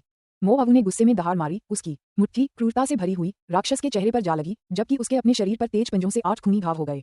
उसी क्षण उसके द्वारा प्रकट की गई उड़ने वाली तलवार वापस लौटी और राक्षस का सिर साफ साफ धड़ से अलग कर दिया। वूश वूश 10 तेजतर्रार आकृतियां भागते हुए वेयरवुल्फ का पीछा करने लगीं और पलक झपकते ही होटल के प्रवेश द्वार से गायब हो गईं। गोलियों की आवाज बंद हो गई थी। फैंटम स्पेशल फोर्सेज के कप्तान यू शुकिंग और स्पेशल फोर्सेज के अन्य 6 सदस्य सभी लड़खड़ाते हुए पीछे हट गए और दीवार से टिक गए, इससे पहले कि वे जमीन पर पड़े बिना सिर वाले शव को डर के साथ देखने लगे। उनके जीवन में उन्होंने अनगिनत लड़ाइयां देखी थीं और अनगिनत झड़पों में भाग लिया था, फिर भी इससे पहले कोई भी लड़ाई इतनी रोमांचकारी नहीं रही थी, भले ही उन्होंने केवल एक सहायक भूमिका निभाई हो। ये राक्षस। मो शियानान ने अपने चेहरे पर लगे खून के छींटे पोंछे, उसकी आवाज कांप रही थी और वह धीरे से बुदबुदाया।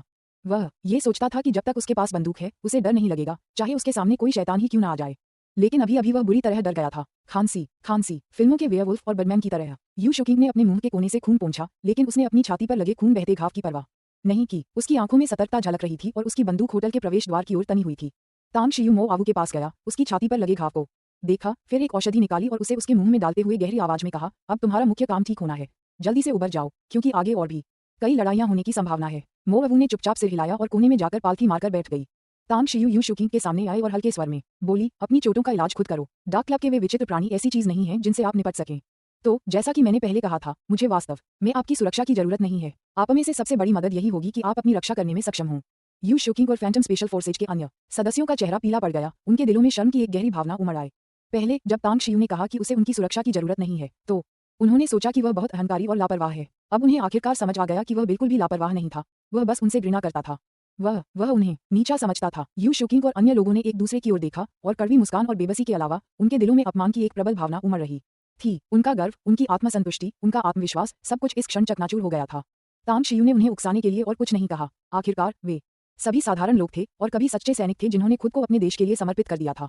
यू शुकिंग के कंधे पर धीरे से थपथपाते हुए तांग शियू ने कहा, फॉक्सोर्स द्वीप अब खतरे से भरा हुआ है और चौकी को भी एक बड़े संकट का सामना करना पड़ रहा है।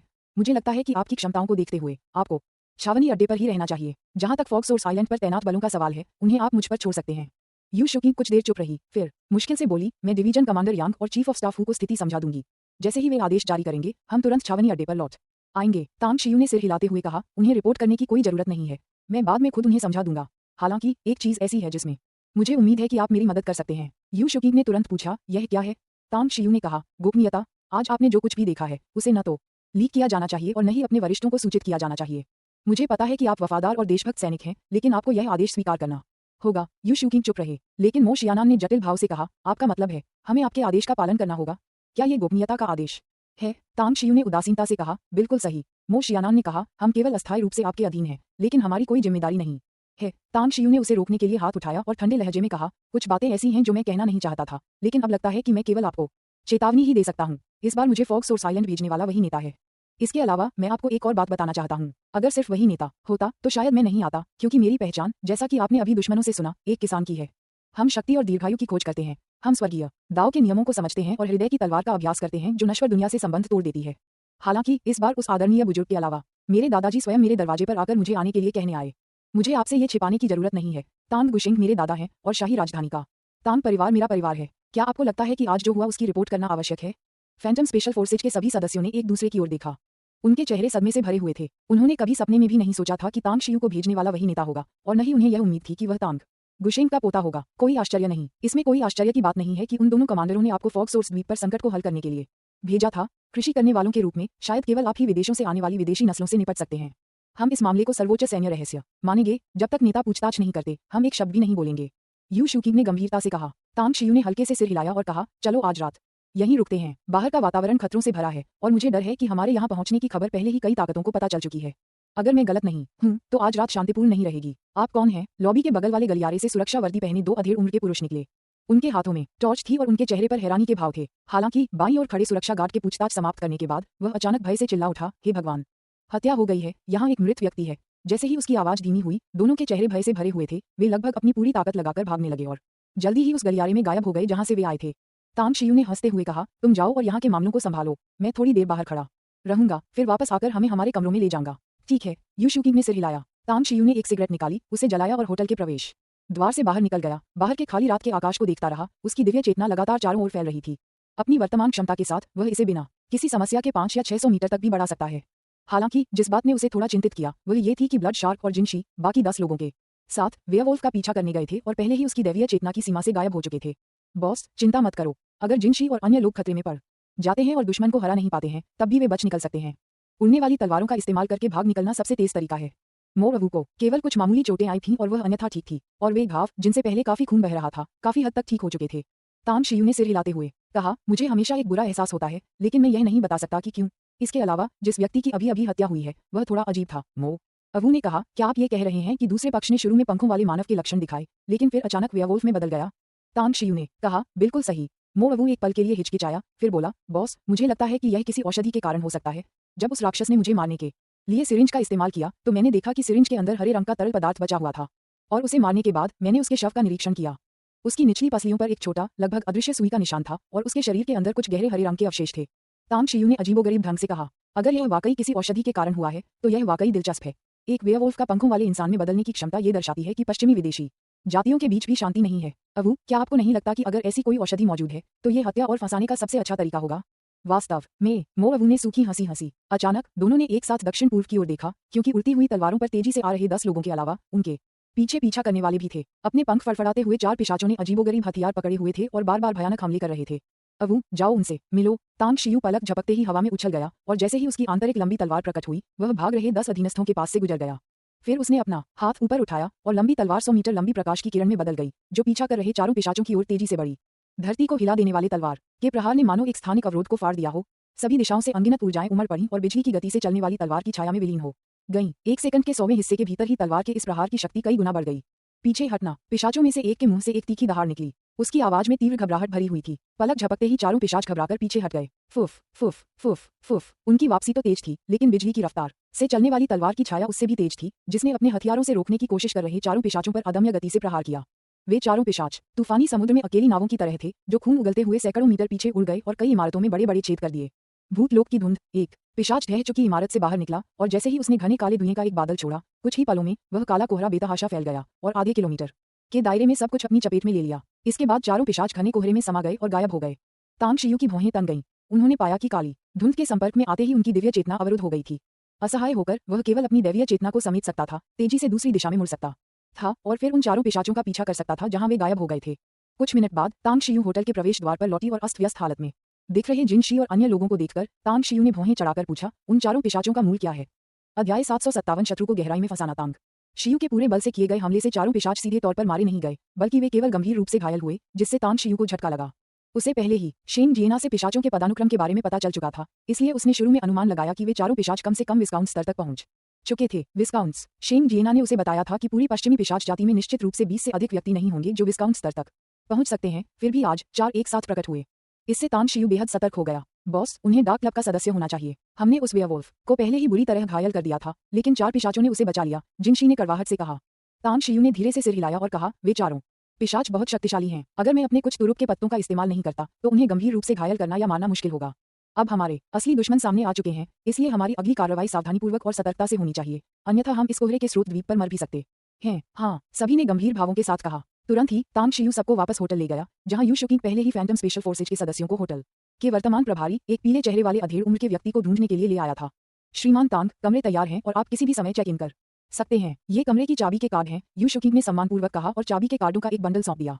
तांग शियू ने होटल मैनेजर की बात अनसुनी कर दी, रूम कार्ड लिए अपना कमरा ढूंढा और सीधे उसमें जाकर बैठ गया। होटल से दर्जनों किलोमीटर दूर शहर के बाहर पहाड़ों में एक पंख कटा हुआ 4 पिशाच झाड़ियों में डर के साए में छिपे हुए थे। गंभीर रूप से घायल वेयरवुल्फ चारों वैम्पायरों के सामने छटपटाने और दहाड़ने लगा। हालांकि उसके शरीर का सारा खून उन चारों पिशाचों ने महज आधे मिनट में पी लिया और उसकी तुरंत मौत हो गई। धत तेरी की, एक पिशाच ने अपने मुंह के कोने से खून पोंछा अपने पैर से वेयरवुल्फ के सूखे हुए शव को दूर फेंक दिया और फिर गुस्से से कहा, उस कमीने की ताकत बहुत ज्यादा है। अगर हम चारों मिलकर भी टीम बना लें तब भी हम उसका मुकाबला नहीं कर सकते, इसलिए उसे पकड़ने की संभावना शून्य है। एक अन्य पिशाच, जिसकी आंखें खून की तरह लाल थीं, ने गंभीर स्वर में कहा, चीनी साधक पौराणिक पूर्वी अमर लोगों के वंशज, रहस्यमय और अथाह क्षमताओं के मालिक हैं। धर्मयुद्धों के दौरान पूर्वी किसानों ने धर्मयुद्धियों को भारी नुकसान पहुंचाया। मुझे उम्मीद नहीं थी कि हमारी मुलाकात किसी पूर्वी कृषि विशेषज्ञ से होगी। इस मामले की सूचना नेता को दी जानी चाहिए। मैंने उसे देखा। अचानक एक धुंधली काली परछाई दिखाई दी। उसकी आकृति काले वस्त्र पहने एक युवक के रूप में प्रकट हुई, जिसका चेहरा पीला था, नुकीले दांत थे और उसके चारों ओर एक भयावह आभा थी। उसके हाथ में एक काली गोलाकार धातु की वस्तु थी। जब उसकी खून जैसी लाल आंखें दर्जनों मीटर दूर पड़े मृत वेयरवुल्फ के शव पर घूमी तो उसके ठंडे और उदासीन भाव में कोई हलचल नहीं दिखी। नेता, चारों पिशाचों ने प्रणाम करते हुए अपने प्राणों को उनके सामने झुकाया। बोल्स, यही उस युवा दिखने वाले पिशाच का नाम था। वह डार्क क्लब के 8 शक्तिशाली व्यक्तियों में से एक कैचातो मूर का एक विश्वसनीय अधीनस्थ भी था। लॉर्ड कैचेटो मूर के आदेशों का बिना किसी हिचकिचाहट के पालन किया जाना चाहिए, भले ही इसका मतलब हमारे पूर्वज केन को अपना जीवन समर्पित करना हो। पूर्वी क्षेत्र का साधक तांग शियू वास्तव में बहुत शक्तिशाली है। उस तलवार के प्रहार की शक्ति अत्यंत दुर्जेय है। अगर मुझे चोट भी लगी तो मैं गंभीर रूप से घायल हो सकता हूँ, इसलिए उसे जिंदा पकड़ने का केवल एक ही तरीका है, रक्त विष का प्रयोग करना। ये कहते हुए बोल्स ने अपना हाथ पलटा और एक चीनी मिट्टी की बोतल निकाली, उसे एक पिशाच को देते हुए कहा, तुम्हारी गतिविधियां अब प्रत्यक्ष से अप्रत्यक्ष हो जाएंगी। उसकी जानकारी के बिना उसके खाने में खून का जहर मिला दो। भले ही वह पूर्वी साधना का ज्ञाता हो, रक्त विष युक्त भोजन का सेवन करने पर उसकी शक्ति थोड़े ही समय में रक्त विष से क्षीण हो जाएगी और वह एक असहाय कीड़े में बदल जाएगा। चारों पिशाच चीनी मिट्टी की बोतल को घूर रहे थे। उनकी आंखों में भय भरा हुआ था। खून के रिश्तेदार होने के नाते वे स्वाभाविक रूप से रक्त विष की शक्ति को समझते थे। भले ही वे विस्काउंट स्तर के शक्तिशाली पिशाच हों, रक्त विष से दूषित होने पर उनकी शक्ति काफी कमजोर हो जाएगी। और अगर किसी बाहरी व्यक्ति को रक्त विष से जहर दिया जाता है तो वह अपनी सारी शक्ति खो देगा और भले ही वह कुछ और दिन जीवित रह सके, लेकिन परिणाम संभवतः निश्चित मृत्यु ही होगा। नेता, हम मिशन को अवश्य पूरा करेंगे, चीनी मिट्टी की बोतल पकड़े हुए पिशाच ने गंभीरता से कहा। बोल्स ने उदासीनता से कहा, मुझे मिली जानकारी के अनुसार पिरामिड के 10 युद्ध प्रभुओं में से एक ज्ञान प्रभु उजी हाल ही में गुप्त रूप से लोगों को ब्लैकनिंग वायरस के लिए एक प्रतिकार पर शोध करने के लिए भेज रहे हैं।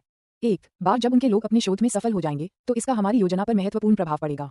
भगवान के अनुमान के अनुसार ज्ञानवान बुजुर्ग उजी निश्चित रूप से तांग शियू को पकड़ने में बाधा डालने के लिए लोगों को भेजेंगे, इसलिए जब आप मिशन को अंजाम दे रहे हों तो पिरामिड के लोगों पर ध्यान दें। जैसे ही उनका पता चले उन्हें तुरंत मार डालो। हाँ, चारों पिशाचों के चेहरे के भाव थोड़े बदल गए और उन्होंने जानलेवा इरादे से जवाब दिया। जुनिवे होटल। तांग शियू पलंग पर पालथी मारकर बैठी थी और चुपचाप विशाल स्रोत शून्य ब्रह्मांड पालौकिक कला का अभ्यास कर रही थी। उसके दांटियन क्षेत्र में हुए परिवर्तनों के साथ उसके भीतर मौजूद अराजक ऊर्जा और भी अधिक विशाल हो गई। यदि वह पहले अपनी अराजक ऊर्जा समाप्त होने से पहले केवल 2 घंटे के लिए इसका उपयोग कर सकता था, तो अब अराजक ऊर्जा का उपयोग 10 घंटे से अधिक समय तक किया जा सकता है। तथापि इस बदलाव के माध्यम से उसने एक ऐसी बात भी खोजी जिससे उसे काफी परेशानी हुई। भविष्य में उसके शरीर की ताकत बढ़ाना बहुत अधिक कठिन हो जाएगा और उसे अधिक तारों के प्रकाश को अवशोषित करने की भी आवश्यकता होगी। उसे तो इसका अंत भी नजर नहीं आ रहा था। आखिरकार डांटियन दुनिया विशाल थी और अगर करोड़ों ग्रह ब्रह्मांड में वास्तविक ग्रहों के आकार तक बढ़ जाएं, तो उसकी वर्तमान साधना गति के साथ वह शायद 10,000 साल और मिलने पर भी इसे हासिल नहीं कर पाएगा। मैंने शुरू में सोचा था कि myriad source world universe transcendent art को ये जांग क्षेत्र के शिखर तक पहुंचाकर मैं पृथ्वी पर अजेय हो जाऊंगा, लेकिन मुझे यह उम्मीद नहीं थी कि पृथ्वी पर न केवल अन्य साधक हैं बल्कि भयानक रूप से शक्तिशाली पिशाच और पशुमानव भी हैं। और एक वैम्पायर विस्काउंट की ताकत मेरी ताकत से बहुत अलग नहीं है। एक वैम्पायर मार्क्विस की ताकत शायद मेरी ताकत के बराबर ही होगी। अगर मेरा सामना किसी वैम्पायर ड्यूक से या उससे भी ऊंचे दर्जे के वैम्पायर लॉर्ड से हो जाता है तो मुझे डर है कि मेरे पास भागने के अलावा कोई और विकल्प नहीं बचेगा। तांग शियू ने अपनी आंखें खोली, बिस्तर से उठा और खिड़की के पास जाकर बाहर क्षितिज पर दिखाई देने वाली धुंधली रोशनी को देखने लगा और चुपचाप सोचने लगा। उसके पास लड़ने के कई तरीके और बचने के कई रास्ते थे, लेकिन एक असली ताकतवर प्रतिद्वंद्वी के सामने अगर वह अपनी जान बचाकर भाग भी जाता तो शायद वह घायल हो जाता। इससे ज्यादा और क्या, इस बार वह मो आवू और अन्य लोगों के साथ फॉग सोर्स द्वीप पर आया था। अगर उसे सचमुच कोई खतरा होता तो वह कभी भी मो आवू और दूसरों को छोड़कर अकेले भागने की कोशिश नहीं करता। तो एरे प्लेट्स को परिष्कृत करें। तांग शियू ने पर्दे खींचे, अपनी स्थानिक अंगूठी से बड़ी मात्रा में जहर निकाला और सरनी प्लेटों को परिष्कृत करना शुरू कर दिया। उनकी वर्तमान शक्ति कम थी और वे बहुत कम समय में एक शक्तिशाली भव्य सरणी स्थापित नहीं कर सकते थे। केवल एरे प्लेट्स का उपयोग करके ही वह दुश्मनों को फंसाने या मारने के लिए तुरंत एक शक्तिशाली एरे बना सकता था। पूरे 2 दिनों तक तांग शियू ने बिना खाए पिए और सोए अथक परिश्रम किया और सरनी प्लेटों को परिष्कृत किया। इन 2 दिनों में उन्होंने कुल 50 एरे प्लेटों को परिष्कृत किया। उनमें से उसे इस बात का पूरा भरोसा था कि स्टार रेडियंस एरे प्लेटों के सबसे शक्तिशाली सेट के साथ वह एक वैम्पायर ड्यूक को भी मार सकता है। खनकनाहट, तांग शियू ने दरवाजा बंद कर दिया। गलियारे में कदम रखते ही उसने देखा कि मो आवू, जिनशी और बाकी सभी लोग पालथी मारकर बैठे हुए थे। जब वे सब खड़े हो गए तो तांग शियू ने पूछा, क्या फैंटम स्पेशल फोर्सेज के लोग चले गए हैं? मो आवू ने कहा, अभी नहीं। उन्होंने कहा कि वे हमारे जाने का इंतजार करेंगे और उसके बाद ही वापस जाएंगे। तांग शियू ने कहा, तो चलिए चलते हैं। चलिए सीधे रैंडम पीक सिटी को छोड़कर उस पहाड़ को देखने चलते हैं। अगर कोई और हमारा पीछा करता है तो जब तक वे कोई हरकत नहीं करते बस उन्हें पीछे पीछे आने दें। मो आवू ने असमंजस में पूछा, क्या हम उनसे सीधे तौर पर नहीं निपटेंगे? तांग शियू ने कहा, क्या आपको नहीं लगता कि शहर की तुलना में गहरे पहाड़ों और पुराने जंगलों में दुश्मनों को मारना अधिक संतोषजनक होता है? मो आवू स्तब्ध रह गया, फिर तांग शियू का मतलब समझ गया और बोला, मालिक, आप आम लोगों के सामने अपनी पहचान उजागर नहीं करना चाहते। हमें पता है कि क्या करना है। उसके बाद सभी लोग पहली मंजिल पर स्थित लॉबी में आ गए। जब तांग शियू ने यू शुकिंग और अन्य लोगों को लॉबी में इंतजार करते देखा तो उसने तुरंत कहा, हमने पहले जो कहा था उसे मत भूलना। जब हम लौटेंगे तो मैं तुम्हारी फैंटम स्पेशल फोर्सेज को ड्रिंक्स पिलाऊंगा। यू शुकिंग ने तुरंत कहा, हम एक दावत तैयार करेंगे और आपके विजयी आगमन की प्रतीक्षा करेंगे। तांग शियू ने हल्की सी मुस्कान बिखेरी और होटल के दरवाजे से बाहर निकल गई। इस क्षण फिर से यह एहसास जागा कि कोई हमें देख रहा है। हालांकि उन्होंने इसे नजरअंदाज कर दिया, यहाँ तक कि अवलोकन करने के लिए अपनी दैवीय इंद्रियों का भी उपयोग नहीं किया। कार में बैठने के बाद चारों कारें तेजी से रवाना हो गईं। 2 घंटे की यात्रा के बाद चारों कारें रैंडम पीक सिटी को पार कर चुकी थीं और फॉग सोर्स द्वीप के केंद्रीय पर्वत से केवल कुछ ही किलोमीटर दूर थीं। यहाँ से वे लगभग 12 किलोमीटर दूर बादलों से ढके पहाड़ को धुंधला सा देख सकते थे, लेकिन पहाड़ की चोटी कोहरे से ढकी हुई थी और वे भव्य महल को नहीं देख पा रहे थे। बॉस, हमारे पीछे बाईं और दाईं ओर से लोगों के 2 समूह हमारा पीछा कर रहे हैं। गाड़ी चला रहे मो आवू लंबे समय तक देखने के बाद खुद को बोलने से रोक नहीं पाए। तांग शियू ने उपहास करते हुए कहा, उन्हें पीछा करते रहने दो, मैं देखना चाहता हूं कि उनका अंतिम लक्ष्य क्या है। मो आवू ने सिर हिलाया और उसी क्षण कार की गति में काफी वृद्धि हो गई। समय बीतने के साथ ही वे पहाड़ की तलहटी से कुछ किलोमीटर दूर पहुंच गए। ये पर्वत कितना ऊंचा है? तांग शियू गाड़ी से बाहर निकली और पहाड़ की ओर देखते हुए पूछा। बुलेट ने कहा, हमने पहले भी इसका माप लिया था, लेकिन परिणाम निराशाजनक था। हमें सटीक ऊंचाई का पता नहीं चल सका, लेकिन हम अनुमान लगा सकते हैं कि यह कम से कम 1000 मीटर ऊंचा है। तांग शियू ने उस दृश्य को देखा जहां पहाड़ का आधा भाग से लेकर तलहटी तक कोहरे से ढका हुआ था, जबकि आधे भाग से लेकर शिखर तक का दृश्य स्पष्ट रूप से दिखाई दे रहा था और उसके होठों पर एक मुस्कान आ गई। ये पर्वत वास्तव में एक विशाल आवरण से ढका हुआ था और यह आवरण बहुत ही रहस्यमय था। उसके अंदर प्रवेश करने से पहले ही वह इसके रहस्यों को नहीं समझ पाया था। गाड़ियां यहीं छोड़ दें, आप सब मेरे पीछे आइए और हम अंदर जाने की कोशिश करेंगे। बॉस, मुझे खेद है कि हम अभी अंदर नहीं जा सकते। मो आवू ने घातक इरादे से बाईं और पीछे की ओर देखा और उसकी उड़ती हुई तलवार तुरंत बाहर निकली और लगातार उसके चारों ओर चक्कर लगाने लगी। अध्याय 758 तलवार गठन, शत्रु का संहार। तांग शियू ने चारों ओर देखा और उसके मन में तुरंत ही हत्या का भाव उमड़ पड़ा। जंगल के किनारे 1000 मीटर दूर बिजली की गति से 5 आकृतियां तीर की तरह उनकी ओर बढ़ीं और पलक झपकते ही उन तक पहुंच गईं। श्रीमान टैंग, बॉसवेल की ठंडी निगाहें तांग शियू पर पड़ी, लेकिन उसका दिल निराशा से भरा हुआ था। 2 दिनों की निगरानी के बाद भी ग्रैंड हयात होटल में घुसपैठ करने के बावजूद उसकी घोस्ट स्क्वाड के सदस्य तांग शियू के खाने में खून का जहर नहीं मिला पाए थे, क्योंकि तांग शियू ने उन 2 दिनों में कुछ भी खाया पिया नहीं था। तांग शियू ने बोसवेल के पीछे खड़े 4 पिशाचों पर एक नजर डाली और तुरंत उन्हें उन पिशाचों के रूप में पहचान लिया जिन्होंने 2 रात पहले जिनशी और अन्य लोगों का पीछा किया था और जिन्हें उसकी तलवार से पीछे हटने पर मजबूर होना पड़ा था। अब ऐसा लग रहा था कि उनके घाव भर गए हैं। क्या आप भी डार्क क्लब के सदस्य हैं? बॉसवेल के हर हावभाव में कुलीनता और शालीनता झलक रही थी। उनकी लंबी पीली उंगलियां हाथ में एक धातु की गेंद से खेल रही थीं। उन्होंने सिर हिलाकर कहा, हम डार्क क्लब के लॉर्ड केचातुमूर के अधीनस्थ हैं। श्री टैंग पर पिछला जानलेवा हमला बहुत ही क्रूर था और जो भेड़िया बच निकला था उसे हमने मार डाला है। श्रीमान तांग, हमारे स्वामी आपसे मिलना चाहते हैं और आशा करते हैं कि आप हमें अपने साथ चलने की कृपा प्रदान करेंगे। तांग शियू ने ताना मारते हुए कहा, वह मुझसे मिलना चाहता है तो वह मुझसे उम्मीद करता है कि मैं तुम्हारे साथ चलूं। हमारे हुआशिया के क्षेत्र में वह हद से ज्यादा घमंडी है। उसे सबक सिखाने की सख्त जरूरत है। आप सब जा सकते हैं। जाकर उस आदमी से कहो कि अगर उसे मुझसे मिलना है तो उसे खुद यहाँ आना चाहिए। अगर मेरा मूड अच्छा रहा तो मैं शायद उसे मिलने का मौका भी दे दूं। धातु की गेंद से खेल रही बॉसवेल की उंगलियां पल भर में रुक गईं। उसकी ठंडी आंखों में हत्या का इरादा झलक उठा और उसने ठंडे स्वर में कहा, श्रीमान तांग, मैं जानता हूं कि आप सभी पूर्वी साधना करने वाले हैं, लेकिन मैंने पहले भी आपके अधीनस्थों की ताकत देखी है। वे मेरी भूत सेना के सदस्यों को भी नहीं हरा सके। आप में कुछ कौशल तो है, लेकिन मेरे सामने मुझे डर है कि यह अभी भी पर्याप्त नहीं है। इसलिए अगर आप नहीं चाहते कि हम आपका और आपके अधीनस्थों का खून पूरी तरह से पी जाएं, तो कृपया हमारे साथ आइए। मुझे धमकी दे रहे हो? तांग शियू ने ताना मारते हुए कहा, वू, तुम बुलेट की जगह लो और 10 दिशाओं वाली तलवारों की सरणी स्थापित करो। अगर इस लड़के ने हरकत करने की हिम्मत की तो मैं खुद उससे निपटूंगा। हाँ, मोआ, वू, जिनशी और अन्य लोग आगे बढ़े। उनके चारों ओर चक्कर लगा रही उड़ती हुई तलवारें जैसे ही तेजी से बाहर निकलीं, बॉसवेल की आंखों में तिरस्कार का भाव आया और वह तुरंत 100 मीटर पीछे हट गया। इसी बीच चारों पिशाचों ने अपने होंठ चाटे और भयावह ढंग से हंसे और जैसे ही उनके पीछे की लंबी तलवारें म्यान से बाहर निकलीं, रक्त जाति के 4 दिव्य हथियार डार्क डेमन ब्लेड्स एक गहरे प्रकाश से चमक उठे। हारने वाले एक वैम्पायर काउंट ने उपहास किया, अपने पंख फैलाए और तुरंत मोआ, वू के सामने आ गया। अपनी लंबी तलवार को ऊपर उठाकर मोआ, वू पर जोरदार प्रहार किया। एरे बनाए। मोआ, वू खतरे के सामने भी शांत रहा। एक जोरदार दहाड़ के साथ उसकी उड़ने वाली तलवार पल भर में अन्य 9 उड़ने वाली तलवारों से लिपट गई। मोआ, वू की आकृति पल भर में गायब हो गई और वह, जिनशी और अन्य लोग आकाश में उड़ गए। वे हवा में चल रहे थे, उनकी आकृतियां स्वप्निल और अलौकिक हो गईं, लगातार बदलती रहीं। मारो और खून पियो। चारों पिशाच आकाश में उड़ गए। उनकी शक्ति जिनशी और अन्य लोगों से कहीं अधिक थी, इसलिए चारों डार्क डेमन ब्लेड्स ने हवा में वार करते हुए उन 10 को मार डालने का प्रयास किया। 100 मीटर दूर खड़े बोसवेल की आंखों में हल्की सी मुस्कान दिखाई दी।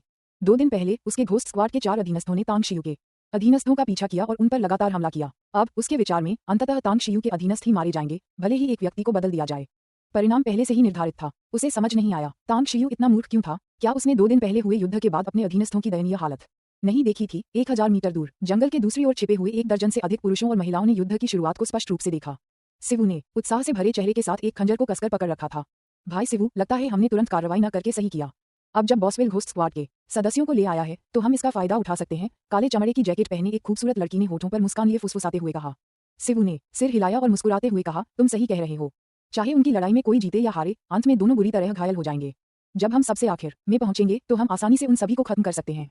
हे, ज्ञान युद्ध परिषद हमारी योग्यता के लिए हमें भरपूर इनाम देगी। लड़की खिलखिलाकर हंस पड़ी। मैं उन दोनों को बुरी तरह हारते देखने के लिए बेताब हूँ। लेकिन भाई शिवू, आपको क्या लगता है कि दोनों पक्षों में से कौन जीतेगा? शिवू ने कहा, बेशक ये बॉसवेल और उसका गिरोह है। क्या तुमने ध्यान नहीं दिया? बॉसवेल का बंधुआ भूत अलोडी अभी तक प्रकट नहीं हुआ है और तुम्हें पता होना चाहिए कि अलोडी की शक्ति बॉसवेल से भी कहीं अधिक है। लड़की के चेहरे से मुस्कान लहर की तरह गायब हो गई। उसकी आंखों में घृणा की चमक भर गई और उसने गंभीर स्वर में कहा, अलोडी, वह दुष्ट पिशाच, उसी ने मुझे पकड़ा और 14 साल तक खून के कुंड में कैद रखा। उसने मेरी धातु शक्ति को नष्ट कर दिया और मेरी बहन की हत्या कर दी। आज मैं उसे अपने हाथों से मार डालूंगा और उसकी आत्मा को नरक की आग में जला दूंगा। शिवू ने हाथ बढ़ाकर लड़की की बांह पकड़ ली और फुसफुसाते हुए कहा, अपनी आभा को बाहर मत निकलने दो, वरना वे इसे महसूस कर लेंगे। हम लड़की ने अपनी घृणा को दबाया और भारी मन से सिर हिलाया। धुंध से ढके पहाड़ के पास 10 धुंधली आकृतियां लगातार झिलमिला रही थीं। 10 उड़ती हुई तलवारें हजारों तलवारों की छायाओं में परिवर्तित हो गईं, जो खिलते हुए तलवार प्रकाश कमलों की तरह परतदार थीं। जब 4 राक्षसी तलवारों की प्रकाशमय छायाओं ने प्रहार किया तो तलवार प्रकाश कमल तुरंत अलग हो गए और तलवार के प्रकाश से टकरा गए। टकराना। 2 प्रचंड आभाएं पल भर में एक भयानक गर्जना के साथ फूट पड़ीं। तलवार प्रकाश कमलों के बिखरने के साथ ही 4 राक्षसी तलवार प्रकाश की परछाइयां भी कमजोर पड़ गईं। हालांकि ब्लेड की रोशनी ऊपर की ओर फैलती रही, जिससे ये संकेत मिलता है कि इस संघर्ष में चारों पिशाचों का पलड़ा भारी था। लेकिन पलक झपकते ही स्थिति पूरी तरह पलट गई और तलवार की रोशनी वाले कमलों की एक और लहर अलग होकर सीधे राक्षसी ब्लेड की रोशनी वाली छायाओं से टकरा गई। ध्यान से चारों पिशाचों के चेहरे के भाव थोड़े बदल गए। उन्होंने अपने शरीर को अजीब तरह से मोड़ा और हवा में कई मीटर ऊपर उछलकर उन तलवारों की रोशनी से जगमगाते कमलों से बचने की कोशिश की, जो राक्षसी तलवार की रोशनी के मिटने के बाद भी लगातार नीचे गिरते रहे। नीचे उतरो। मोआ, वू दहाड़ा और पूरी तरह से निर्मित 10 दिशाओं की तलवार सरनी तुरंत नीचे उतरी और चारों पिशाचों को घेर लिया। तलवार की रोशनी जैसे कमल अचानक प्रकट हुए और बार बार चारों वैम्पायर काउंटों की ओर बहते हुए आगे बढ़ने लगे। धिक्कार है, यह क्या बकवास है। वैम्पायर काउंट्स में से एक ने तलवार की रोशनी से जगमगाते 2 कमलों को चकनाचूर कर दिया, लेकिन तलवार की रोशनी से जगमगाते और भी कमलों ने उसके शरीर को दागदार कर दिया। खून के छींटे उड़े और उसके शरीर पर भयानक घाव दिखाई दिए। अन्य 3 पिशाचों को भी इसी समस्या का सामना करना पड़ा। जैसे जैसे तलवार प्रकाश वाले कमल बढ़ते गए, उनके घाव भी बढ़ते गए, यहाँ तक कि उनके फड़फड़ाते पंखों में भी घाव हो गए और 10 सेकंड से भी कम समय में उनकी गति बहुत कम हो गई। संयुक्त हमला। एक पिशाच दहाड़ा और तुरंत बाकी 3 पिशाचों के साथ मिलकर हमला कर दिया। जैसे ही उन्होंने अपनी काली दानवी तलवारें तेजी से घुमाई, उन्होंने एक ही झटके में सैकड़ों तलवारों से जगमगाते कमलों को चकनाचूर कर दिया। मृत्यु की तलाश। मोआ, वू ने ठंडी सांस ली और पलक झपकते ही एक पिशाच के सामने पहुंच गया। उसकी उड़ती हुई तलवार पिशाच की छाती में जा घुसी और उसने उसे लात मारकर दूर फेंक दिया। अगले ही क्षण जिनशी भी प्रकट हुए और उनकी उड़ती हुई तलवार ने एक पिशाच के गले को भेद दिया। तलवार के आर पार होते ही उन्होंने अपनी हथेली से पिशाच के माथे पर प्रहार किया और ब्लड शार्प भी। पफ पफ पफ। तलवारों की रोशनी से बने कमलों से निर्मित त्रिआयामी तलवारों की श्रृंखला ने 10 आकृतियों के झिलमिलाते ही चारों पिशाचों पर बार बार अत्यधिक क्षति पहुंचाई, जिनमें से कई घाव चारों पिशाचों के लिए बिल्कुल घातक थे। विनाश। मोआ, वू और बाकी 10 लोगों ने आखिरकार हमला करना बंद कर दिया और तुरंत अपनी अपनी उड़ने वाली तलवारें पकड़ लीं। जैसे ही उन्होंने चारों पिशाचों को घेर लिया, वे सब बिजली की तरह उन पर टूट पड़े। चारों पिशाचों के मुंह से दर्द भरी चीखें फूट पड़ीं। उसी क्षण तलवार की रोशनी से 2 पिशाच सरदारों के टुकड़े टुकड़े हो गए, उनका मांस फट गया और खून बारिश की तरह बिखर गया।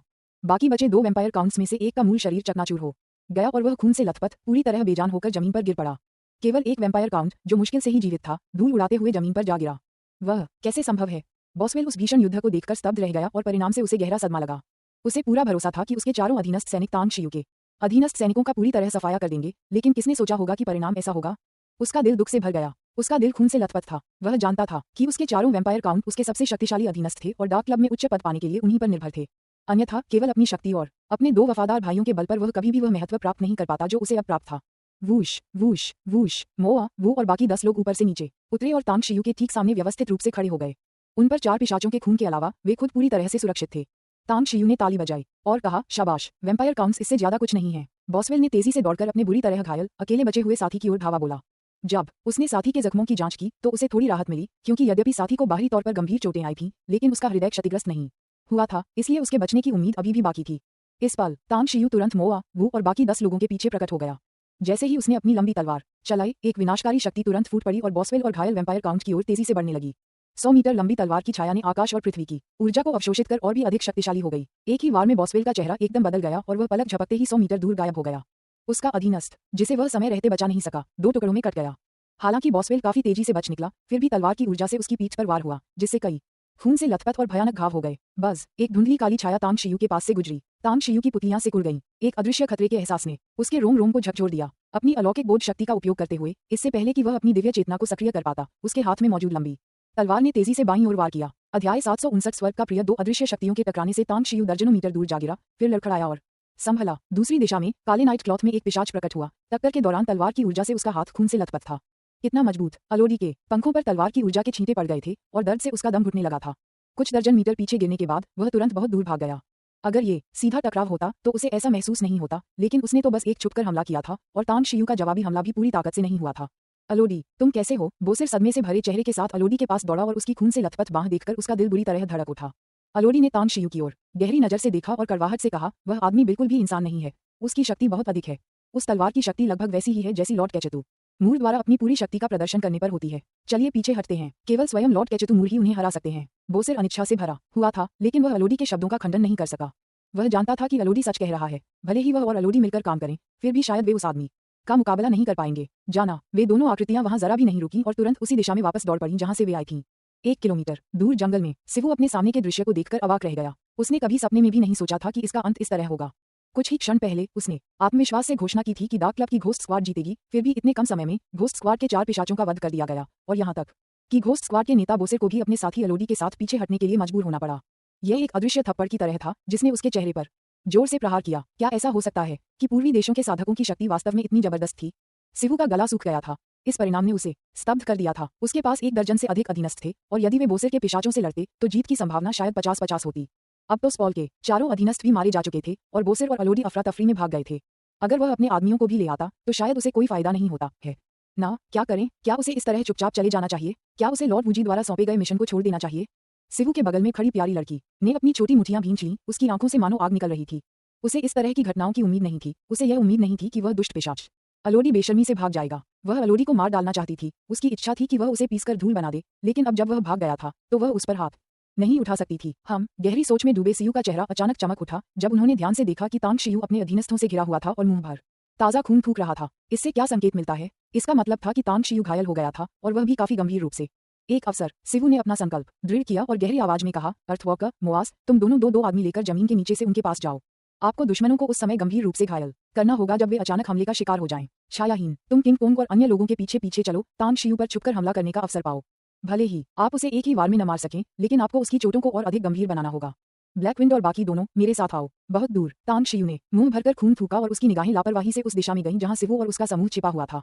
अपनी सतर्कता के कारण वह लंबे समय से जानता था कि डार्क क्लब के अलावा अन्य ताकतें भी उनका पीछा कर रही थीं। उसने उनके छिपने की जगह का भी पता लगा लिया था। उन्हें गंभीर चोट नहीं आई थी। मुंह से निकला ये खून जानबूझकर बाहर निकाला गया था। अलोडी के अचानक हमले से केवल उसकी बांह सुन्न हो गई थी और उसका खून तेजी से खौलने लगा था। कुछ ही सेकंडों के भीतर वह पूरी तरह से ठीक हो गया। शत्रुओं से सावधान रहो। जब तांग शियू चारों ओर से घिर गया तो उसने तुरंत उन्हें चेतावनी दी। मोआवू और अन्य लोग पहले से ही जानते थे कि 2 समूह उनका पीछा कर रहे हैं। तांग शियू की याद दिलाते ही उन्हें तुरंत एहसास हुआ कि दूसरा समूह अभी तक प्रकट नहीं हुआ है। 100 फीस्ट्स रेस्टोरेंट के एक प्रमुख विशेषज्ञ के रूप में फेंग यान को गु यान एर द्वारा न केवल उनकी अच्छी योग्यता के कारण बल्कि उनके पास मौजूद एक विशेष क्षमता के कारण भी चुना गया था। 100 फीस्ट्स रेस्टोरेंट में इस विशेष क्षमता के बारे में केवल कुछ ही लोगों को पता था। बाकी सभी जिन्हें इसके बारे में पता था वे मर चुके थे। पृथ्वी तत्वों को नियंत्रित करना, पृथ्वी गुणों से संबंधित क्षमताओं का उपयोग करना। जैसे ही सभी ने 1 किलोमीटर दूर से आकृतियों को दौड़ते हुए देखा, फेंग यान का चेहरा अचानक बदल गया और उसने जल्दबाजी में कहा, कोई जमीन के नीचे से आ रहा है। ये पृथ्वी प्रकार की क्षमता वाला उपयोगकर्ता होना चाहिए। क्या आप किसी विशेष क्षमता का उपयोग करने में सक्षम हैं? स्वर्ग का प्रिय बच्चा तांग शियू की आंखें चमक उठीं। हालांकि उन्होंने विशेष क्षमताओं वाले उपयोगकर्ताओं को देखा था, लेकिन उन्होंने कभी उनका गहराई से अध्ययन नहीं किया था। पलक झपकते ही उसने 4 फॉर्मेशन प्लेटें पकड़ी और उन्हें बेहद तेजी से बाहर फेंक दिया। जैसे ही उसने तुरंत विभिन्न प्रकार के फॉर्मेशन रूम्स का उच्चारण किया, महज 2 सांसों में 4 सिंबल्स फॉर्मेशन तैयार हो गया। फेंग यांग, क्या तुम पृथ्वी विशेषता क्षमता वाले उपयोगकर्ताओं को समझते हो? तांग शियू ने हमला करते हुए 10 लोगों को घूरकर देखा। उसकी आंखों में एक भयानक हत्या का इरादा झलक रहा था। वह उनकी जान से मारने की मंशा को महसूस कर सकता था और जानता था कि वे नुकसान पहुंचाना चाहते हैं। फेंग यांग ने कहा, बॉस, मैं पृथ्वी तत्व की क्षमता का उपयोग करता हूं। तांग शियू स्तब्ध रह गया। फिर उसने थोड़ी हैरानी से फेंग यांग की ओर देखा, सिर हिलाते हुए कहा, फेंग यांग, तुम और ब्लड शार्क फेंग यांग के साथ सहयोग करो। मैं पृथ्वी विशेषता क्षमता वाले उपयोगकर्ताओं को भूमिगत रखना चाहता हूं। याद रखें, यदि संभव हो तो उन्हें जिंदा पकड़ें, यदि नहीं तो उन्हें मार डालें। फेंग यांग ने आत्मविश्वास भरी मुस्कान के साथ कहा, मिशन पूरा हुआ। तांग शियू ने कहा, अभी जल्दी मत करो। यदि शत्रु हमसे लड़ना चाहता है तो उसे अनिवार्य रूप से 4 प्रतीकों की संरचना में प्रवेश करना होगा। आप 4 प्रतीकों की संरचना को समझते हैं और इसके भीतर रहकर लड़ना आपको लाभ देता है। याद रखें, अगर आपको चोट लग जाए तो तुरंत पीछे हट जाएं। मैं युद्ध में किसी को मरते हुए नहीं देखना चाहता। मोआवू और बाकी लोग कुछ नहीं बोले। उनका मिशन दुश्मनों को मारना था और युद्ध में उनका जीवित रहना या मरना उनके नियंत्रण में नहीं था। हालांकि वे अपने बॉस तांग शियू के शब्दों से बहुत प्रभावित हुए। इतने लंबे समय तक साथ रहने के बाद वे तांग शियू के स्वभाव को समझने लगे थे। दुश्मनों के प्रति निर्दयी, फिर भी अपनी प्रजा के प्रति बेहद दयालु। उन्हें लगा कि ऐसे बॉस का अनुसरण करना उनकी जान से भी ज्यादा कीमती है। मारना, सिवू की क्षमता बिजली से संबंधित थी। जैसे ही उसके मुंह से खौफनाक शब्द मार डालो निकला, अचानक हवा में बिजली की लकीरें दिखाई दी, मानो जलते हुए तीर तांग शियू और अन्य लोगों की ओर बढ़ रहे हों। उसके बगल में एक पुरुष और 2 महिलाओं ने अपनी अपनी क्षमताओं का प्रदर्शन किया। क्रिस्टल स्पष्ट बर्फ के तीर, नारंगी पीले धातु के तीर और घूमते हुए अग्नि ड्रैगन सभी तांग शियू, मोआवू और अन्य पर बरस पड़े। 7 स्टॉस स्वॉर्ड फॉर्मेशन, गोल्डन लान ने दहाड़ लगाई और तुरंत ही अन्य 6 के साथ मिलकर 7 स्टॉस स्वॉर्ड फॉर्मेशन बना लिया। उनके सामने की दुनिया में तलवारों की छाया की परतें छाई हुई थीं, जो बिजली, बर्फ के तीरों, धातु के तीरों और अग्नि ड्रैगन के साथ एक प्रभावशाली और तीक्ष्ण आभा के साथ टकरा रही थीं। बूम! उन 7 लोगों के शरीर बुरी तरह कांप उठे और 7 स्टॉस स्वॉर्ड फॉर्मेशन कुछ हद तक अव्यवस्थित हो गया, लगभग ढहने की कगार पर पहुंच गया। इसी बीच सिवू और उसके तीनों साथी खून थूकते हुए पीछे की ओर गिर पड़े। उनकी चारों शक्तियां बिखरी हुई थीं, जबकि गोल्डन लान की शक्ति के साथ लोग आपस में मिल गए थे। इसलिए शुरुआती झड़प में सिवू और उसके समूह को मामूली नुकसान हुआ। गठन सक्रिय करें। तांग शियू की आंखों में एक ठंडी चमक पौंधी और उसने बिना किसी झिझक के 4 प्रतीकों की संरचना को सक्रिय कर दिया। जैसे ही सिवू और उसके 3 साथी पीछे की ओर उड़े, उनकी पीठ एक अदृश्य ऊर्जा ढाल से बुरी तरह टकरा गई। 4 प्रतीकों के गठन में 4 विशेषताएं थीं: सीमित करना, हमला करना, भ्रम पैदा करना और चमकाना। जब तक कोई व्यक्ति 4 प्रतीकों की संरचना में निपुण न हो, एक बार अंदर फंस जाने पर उसे न केवल 2 प्रकार के हमलों का सामना करना पड़ेगा, बल्कि वह वहीं कैद हो जाएगा और संरचना से बाहर निकलने में असमर्थ होगा। इसके अतिरिक्त 4 सिंबल्स फॉर्मेशन को नियंत्रित करने वाला व्यक्ति अपने हमलों से फॉर्मेशन के भीतर मौजूद अपने सहयोगियों को मजबूती प्रदान कर सकता है। 4 प्रतीकों के निर्माण का ये स्तर अमर लोक में आम था, लेकिन पृथ्वी पर यह पूरी तरह से अलग था। तांग शियू ने एक बार पृथ्वी पर 4 प्रतीकों के निर्माण का अध्ययन किया था और इसे बेहद सरल पाया था। इसमें आमतौर पर 4 लोग एक साथ काम करते थे, मुख्य दिशाओं के अनुसार अपनी स्थिति बदलते थे, एक चक्र में हमला करते थे, आगे बढ़ते और पीछे हटते थे। यह अंतहीन और असीम रूप से गहन होता था और इसमें अपार शक्ति होती थी। असीम रूप से गहन, अपार शक्ति से भरपूर। आधुनिक लोगों की दृष्टि में यह परिदृश्य तांग शियू के लिए पूरी तरह से हास्यास्पद था। Boom boom boom! अचानक 6 आकृतियों ने जमीन को फाड़ दिया और मिट्टी से बने हथियारों के साथ साथ मिट्टी के तीरों की लकीरें निकलीं, जिन्होंने तुरंत खुद को प्रकट कर चुके फेंग यांग, मोआवू और ब्लड शार्क पर हमला कर दिया। उनके बीच तेज हवा के ब्लेड, पानी की तलवारें और आग के सांप भी थे। मेरे लिए वापसी का मौका। फेंग यांग की मांसपेशियां कांप उठीं। जैसे ही घनी मिट्टी पर अधिकार के लिए संघर्ष शुरू हुआ, मिट्टी के तीर अचानक रुक गए और मिट्टी के हथियार तुरंत रुक गए। पलक झपकते ही मिट्टी के तीरों ने अपनी दिशा बदल ली और मिट्टी के हथियारों ने अपने आसपास के क्षेत्र पर हमला कर दिया। हवा के ब्लेड नष्ट हो गए, पानी की तलवारें बिखर गईं और आग के सांप आधे से अधिक मुड़कर गायब हो गए। अर्थवॉकर और मुआस, साथ ही जमीन के नीचे से निकले अन्य 4 क्षमता उपयोगकर्ता इस अचानक बदलाव से अचंभित रह गए और इसी क्षण मोआवू और ब्लड शार्क ने निर्णायक रूप से अपने हमले शुरू कर दिए। उनकी उड़ती हुई तलवारें उल्कापिंडों की तरह तेज थीं, जिससे खून के निशान छूटते जा रहे थे और 6 लोग अव्यवस्था में संघर्ष कर रहे थे। उन्हें ब्लॉक कर दो! अर्थवॉकर और मुआस ने एक साथ दहाड़ लगाई और अचानक एक मिट्टी की दीवार ने उनका रास्ता रोक दिया। लेकिन बाकी 4 इतने भाग्यशाली नहीं थे। उनकी जल्दबाजी में तैनात की गई क्षमता सुरक्षा तुरंत ही टूट गई और 2 उड़ती हुई तलवारें उनकी छाती को भेदते हुए उनकी गर्दन पर से गुजरी, जिससे 100वें हिस्से के भीतर ही चारों की मौके पर ही मौत हो गई। तांग शियू 4 प्रतीकों के गठन के केंद्र में खड़ा था। उसके चेहरे पर हल्की सी मुस्कान थी, क्योंकि उसने सियू और अन्य लोगों को अचानक बिना सिर वाले मुर्गों की तरह होते देखा। अपनी व्यक्तिगत ताकत और रहस्यमय एवं अप्रत्याशित क्षमताओं के मामले में ये सभी लोग बहुत शक्तिशाली थे। यदि 4 प्रतीकों की संरचना न होती तो वे उन पिशाचों से भी अधिक परेशानी पैदा करने वाले होते। अफसोस की बात है, इस बार उन्होंने गलत दुश्मन चुन लिया था। तांग शियू की निगाहें मारे गए 4 क्षमता उपयोगकर्ताओं पर पड़ी और उसने दृढ़ता से घोषणा की, मैंने अपना मन बदल लिया है। इन क्षमताओं का उपयोग करने वाले सभी लोग शत्रु हैं, कोई जीवित नहीं बचेगा, सबको मार डालो। जब वह बोल रहा था, उसने हाथों से मुद्राएं बनाई और उन्हें झटपट मिटा दिया। इस समय उसने 4 सिंबल्स फॉर्मेशन की आक्रमणकारी क्षमताओं को सक्रिय कर दिया। अध्याय 760 रूपरेखा 2 अग्नि ड्रैगनों को नियंत्रित कर रही और गोल्डन लान पर हमला करने की कोशिश कर रही महिला शक्ति उपयोगकर्ता ने तुरंत महसूस किया कि जमीन से उसकी टांगों तक एक निर्मल ठंड फैल रही है। जैसे ही उसने नीचे देखा, उसकी आंखें चौड़ी हो गईं, जिससे उसके चेहरे पर घोर अविश्वास का भाव प्रकट हुआ। बर्फ! क्या वह पैरों तक बर्फ से जम गई थी और बर्फ भयानक गति से उसके शरीर की ओर बढ़ रही थी। यह कैसे संभव था? क्या दुश्मन साधक नहीं थे? क्या साधकों में भी कुछ विशेष शक्तियों का उपयोग करने वाले लोग हो सकते हैं? पफ, तलवार की रोशनी की एक चमक के साथ ही उस महिला शक्तिधारी की गर्दन पल भर में धड़ से अलग हो गई। जब उसने अपने ही सिर कटे शरीर से बहते खून को देखा तो उसकी आंखें चकरा गईं। वध, यह एक नरसंहार था। सीवू और उसके 3 साथियों को छोड़कर बाकी लगभग 1 दर्जन क्षमता उपयोगकर्ताओं को महज 2 या 3 मिनट के भीतर ही मार दिया गया। तांग शियू के अधीनस्थों की बात करें तो केवल गोल्डन लान के हाथ पर ही मामूली चोट आई थी। बाकी लोगों को तो 1-2 बाल भी नहीं चढ़े थे। आखिर यह जगह क्या है? सीवू ने पहले ही 4 प्रतीकों की सरणी के भीतर की विचित्र स्थिति का पता लगा लिया था। उसने हताशा में हमले किए, यहाँ तक कि बिजली के झटके भी बरसाए, लेकिन फिर भी वह सब कुछ नष्ट नहीं कर सका। उसे बस यही दिखाई दे रहा था कि उसके अधीनस्थ लगातार मारे जा रहे थे, जबकि वह खुद असहाय होकर दूसरों के हमलों का सामना कर रहा था, कुछ भी करने में असमर्थ था। भाई सीवू, रक्त अभिशाप को सक्रिय करो। प्यारी सी दिखने वाली लड़की लड़खड़ा गई, कई उड़ती हुई तलवारों से बचते हुए और चिल्लाते हुए अपनी छाती से एक कागज का ताबीज निकाला। तुरंत सीवू और अन्य 2 लोगों ने भी कागज के ताबीज निकाले। जब उन चारों ने ताबीजों को सक्रिय करने के लिए अपनी क्षमताओं का उपयोग किया तो एक कच्ची और प्राचीन आभा फूट पड़ी और एक मजबूत रक्त लाल प्रकाश आपस में मिलकर एक खूनी तूफान का रूप ले लिया। एरे कोर पर तांग शियू की पुतलियां अचानक से कुड़ गईं। उस हिंसक आभा को महसूस करते ही उसने तुरंत 4 प्रतीकों की सरणी का उपयोग करके मोआवो और अन्य लोगों को अपने कब्जे में ले लिया। जैसे ही उसका शरीर तेजी से पीछे हटा, सभी लोग 4 प्रतीकों की सरणी से हट गए। जैसे ही तांग शियू पीछे हट रहा था, उसने अचानक महसूस किया कि 4 प्रतीकों की सरणी के आसपास का क्षेत्र कांच की तरह चटक गया और फिर खूनी तूफान के प्रभाव से टुकड़ों में बिखर गया। वाह! 4 आकृतियां चकनाचूर 4 प्रतीकों के समूह से बाहर निकली, लेकिन जैसे ही वे आगे बढ़ीं, उन सभी ने एक साथ मुंह भरकर खून की फुहार थूक दी। तुरंत ही वे चारों पाले से प्रभावित बैंगन की तरह 100 मीटर दूर जमीन पर बेजान होकर गिर पड़े। उनकी सारी ऊर्जा समाप्त हो चुकी थी। तांग शियू ने उस स्थान को भय से देखा जहां 4 प्रतीकों की सरणी स्थापित की गई थी। 100 मीटर के दायरे में 2 मीटर से अधिक गहरा एक बड़ा गड्ढा विस्फोट करके जमीन में खोद दिया गया था। वह कल्पना भी नहीं कर सकता था कि अगर वह पीछे हटने में कुछ सेकंड की देरी कर देता तो मोअवू और अन्य लोगों में से कितने लोग बच गए होते। क्या ये रक्त अभिशाप की शक्ति है? तांग शियू की हत्या करने की मंशा और भी प्रबल हो गई। उसकी आकृति बिजली की तरह तेज गति से सीवू समेत उन चारों की ओर बढ़ी। जैसे ही वे चारों मुश्किल से उठ पाए, उसने अपनी लंबी तलवार निकाली और उन पर बेरहमी से वार किया। धमाका! चारों ने जल्दबाजी में बचाव की मुद्रा बनाई, लेकिन वह लंबी तलवार के नीचे बिखर गई और तलवार की प्रचंड ऊर्जा से वे चारों दर्जनों मीटर दूर जा गिरे और एक बार फिर जमीन पर जा गिरे। इस बार सीवू के अलावा, जो अभी भी उठने के लिए संघर्ष कर रहा था, बाकी तीनों पहले ही बेहोश हो चुके थे। पफ पफ पफ, तलवार की रोशनी चमकी और बेहोश पड़े तीनों शक्ति उपयोगकर्ताओं के सिर धड़ से अलग कर दिए गए। सीवू ने एक पल के लिए रोकने की कोशिश की, लेकिन चुपचाप मिट्टी से निकले फेंग यांग ने तलवार के एक ही वार से उसे कमर से 2 हिस्सों में काट दिया। धूल बैठ गई। तांग शियू ने युद्ध के बाद के हालात और मोआवू और अन्य लोगों को देखा जो दौड़कर आ रहे थे। उसने संतुष्टि से सिर हिलाया और कहा, हमने इन सभी दुश्मनों को बिना ये जाने ही मार डाला कि वे कौन थे। बहुत दिलचस्प। फेंग यांग, यहीं रहो, बाकी सब लोग तुरंत गंदगी साफ करो। फेंग यांग तांग शियू के करीब झुक गया। उसकी आंखें इधर उधर घूम रही थीं और उसने फुसफुसाते हुए कहा, बॉस, क्या हमें कोई जाल बिछाना चाहिए? तांग शियू ने हैरानी से पूछा, आपका क्या मतलब है? फेंग यांग ने कहा, हमने इन सभी लोगों का सफाया कर दिया है, इसलिए इनके पीछे और भी शक्तिशाली लोग जरूर होंगे। अगर हम दृश्य को कुछ और जैसा दिखाने के लिए व्यवस्थित करें तो हम दूसरे पक्ष को ये गलतफहमी में डाल सकते हैं कि इसके लिए डार्क क्लब जिम्मेदार था। हो सकता है कि तब ये दोनों गुट आपस में युद्ध छेड़ दें। तांग शियू ने अपना हाथ उठाया और अपनी थोड़ी सहलाते हुए सोच विचार करते हुए कहा, तुम्हारा मतलब है उन्हें फ्रेम में लगाना? फेंग यांग ने सिर हिलाकर कहा, बिल्कुल, उन्हें फ्रेम कर दो। डार्क क्लब हमसे दुश्मनी रखता है, तो चलिए उन्हें एक और दुश्मन दे देते हैं। हमने जिन सभी लोगों को मारा है वे क्षमता का उपयोग करने वाले थे। अगर मैं भी सुराग छोड़ने के लिए अपनी क्षमता का इस्तेमाल करता हूं और फिर हम पिशाचों के शवों को वहां फेंक देते हैं, तो मुझे विश्वास है कि उन क्षमता का इस्तेमाल करने वालों के पीछे के लोग निश्चित रूप से डार्क क्लब की ओर उंगली उठाएंगे। तांग शियू की आंखें चमक उठीं और उन्होंने मुस्कुराते हुए कहा, ऐसा लगता है कि मेरे अधीन वाकई कई प्रतिभाशाली लोग हैं। फेंग यांग, आपका सुझाव अच्छा है, चलिए इसे करते हैं। फेंग यांग ने पूछा, बॉस, आपने मुझे रुकने के लिए कहा था, क्या आपके पास कोई निर्देश हैं? तांग शियू ने हाथ हिलाते हुए कहा, अभी इस बारे में बात न करें। सबसे पहले आप और बाकी सभी लोग मिलकर व्यवस्था करें। आधे घंटे बाद हम पहाड़ में प्रवेश करेंगे। आधे घंटे बाद जब सब कुछ व्यवस्थित हो गया तो तांग शियू सबको सफेद धुंध से घिरे स्थान पर ले गया।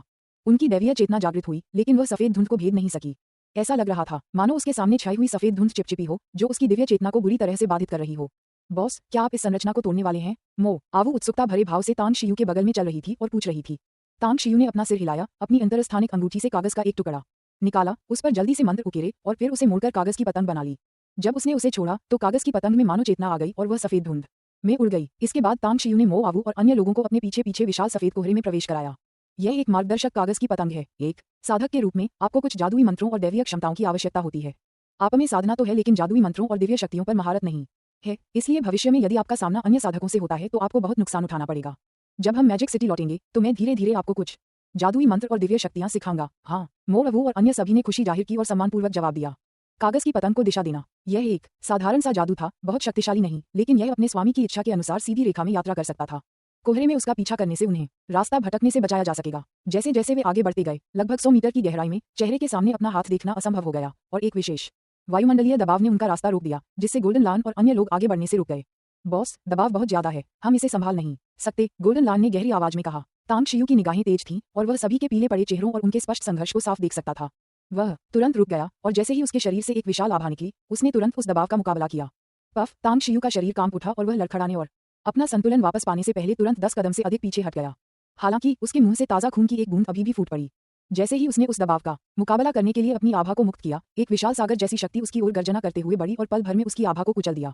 बॉस, आप ठीक है ना? मो आवू और बाकी सभी लोग पीछे हट गए और चिंतित भावों के साथ तांग शियू को घेर लिया। तांग शियू ने अपने होठों से खून पोंछने के लिए हाथ उठाया और कड़वी मुस्कान के साथ सिर हिलाया। मैं ठीक हूँ, बस एक पल के लिए मुझसे लापरवाही हो गई थी। मुझे इस बात की उम्मीद नहीं थी कि इस संरचना की शक्ति इतनी जबरदस्त होगी कि इससे निकलने वाला दबाव भी मुझे घायल कर सकता है। हालांकि मैंने इस संरचना का सिद्धांत पहले ही समझ लिया है और इसे तोड़ना बहुत आसान होगा। मो आवू ने उत्साह से पूछा, क्या तुम इसे तोड़ सकते हो? तांग शियू ने कहा, मैं इसे तोड़ सकता हूँ, लेकिन मुझे ऐसा नहीं करना चाहिए। हमें नहीं पता कि इस संरचना के अंदर क्या है और अगर हम इसे जल्दबाजी में तोड़ते हैं तो अप्रत्याशित बदलाव हो सकते हैं। इसलिए आप सभी मेरे पीछे पीछे चलें, मेरे कदमों पर ध्यान दें और जब तक आप मेरे कदमों का अनुसरण करते रहेंगे, आप सफेद धुंध में दबाव से बचने में सक्षम होंगे। ये शेशान ने अचानक पूछा, बॉस, हमने आपको इस संरचना के रहस्यों को समझने में समय बिताते हुए कभी नहीं देखा। आपने इसे कैसे समझा? तांग शियू ने उसकी ओर देखा और मुस्कुराते हुए पूछा, क्या तुम सचमुच संरचनाओं के बारे में सीखना चाहते हो? ये शेशान ने सूखी हंसी हंसते हुए कहा, हाँ, मैं करता हूँ। तांग शियू ने सिर हिलाकर कहा, जब हम मैजिक सिटी लौटेंगे तो मैं संरचनाओं के बारे में एक किताब संकलित करूंगा और फिर आपको कुछ चीजें सिखाऊंगा। दरअसल जब से हम अंदर आए हैं, मैं चुपके से अंदर की स्थिति का अवलोकन कर रहा हूं और इस संरचना के रहस्यों का विश्लेषण कर रहा हूं। जब मैंने अभी अभी सफेद धुंध में दबाव का विरोध किया तो मैं उस आखिरी हिस्से को देखने की कोशिश कर रहा था जिसे मैं समझ नहीं पाया था और यह मेरी अपेक्षा से कहीं अधिक निकला, जिससे मुझे थोड़ी चोट लग गई। हालांकि सौभाग्य से मुझे पहले ही इसके अंतिम गहन अर्थ की झलक मिल चुकी है। अगर मैं चाहूं तो कुछ समय मिलने पर इसे तोड़ सकता हूं। ये शेशान को अचानक बात समझ में आ गई और उसने प्रशंसा करते हुए कहा, बॉस, आप सचमुच अद्भुत हैं। तांग शियू ने हंसते हुए डांटते हुए कहा, मेरी चापलूसी करना बंद करो। अगर आप भविष्य में कड़ी मेहनत करते रहेंगे तो आप भी फॉर्मेशन के ग्रैंड मास्टर बन सकते हैं। ये शेशान ने उम्मीद से भरे स्वर में सिर हिलाया।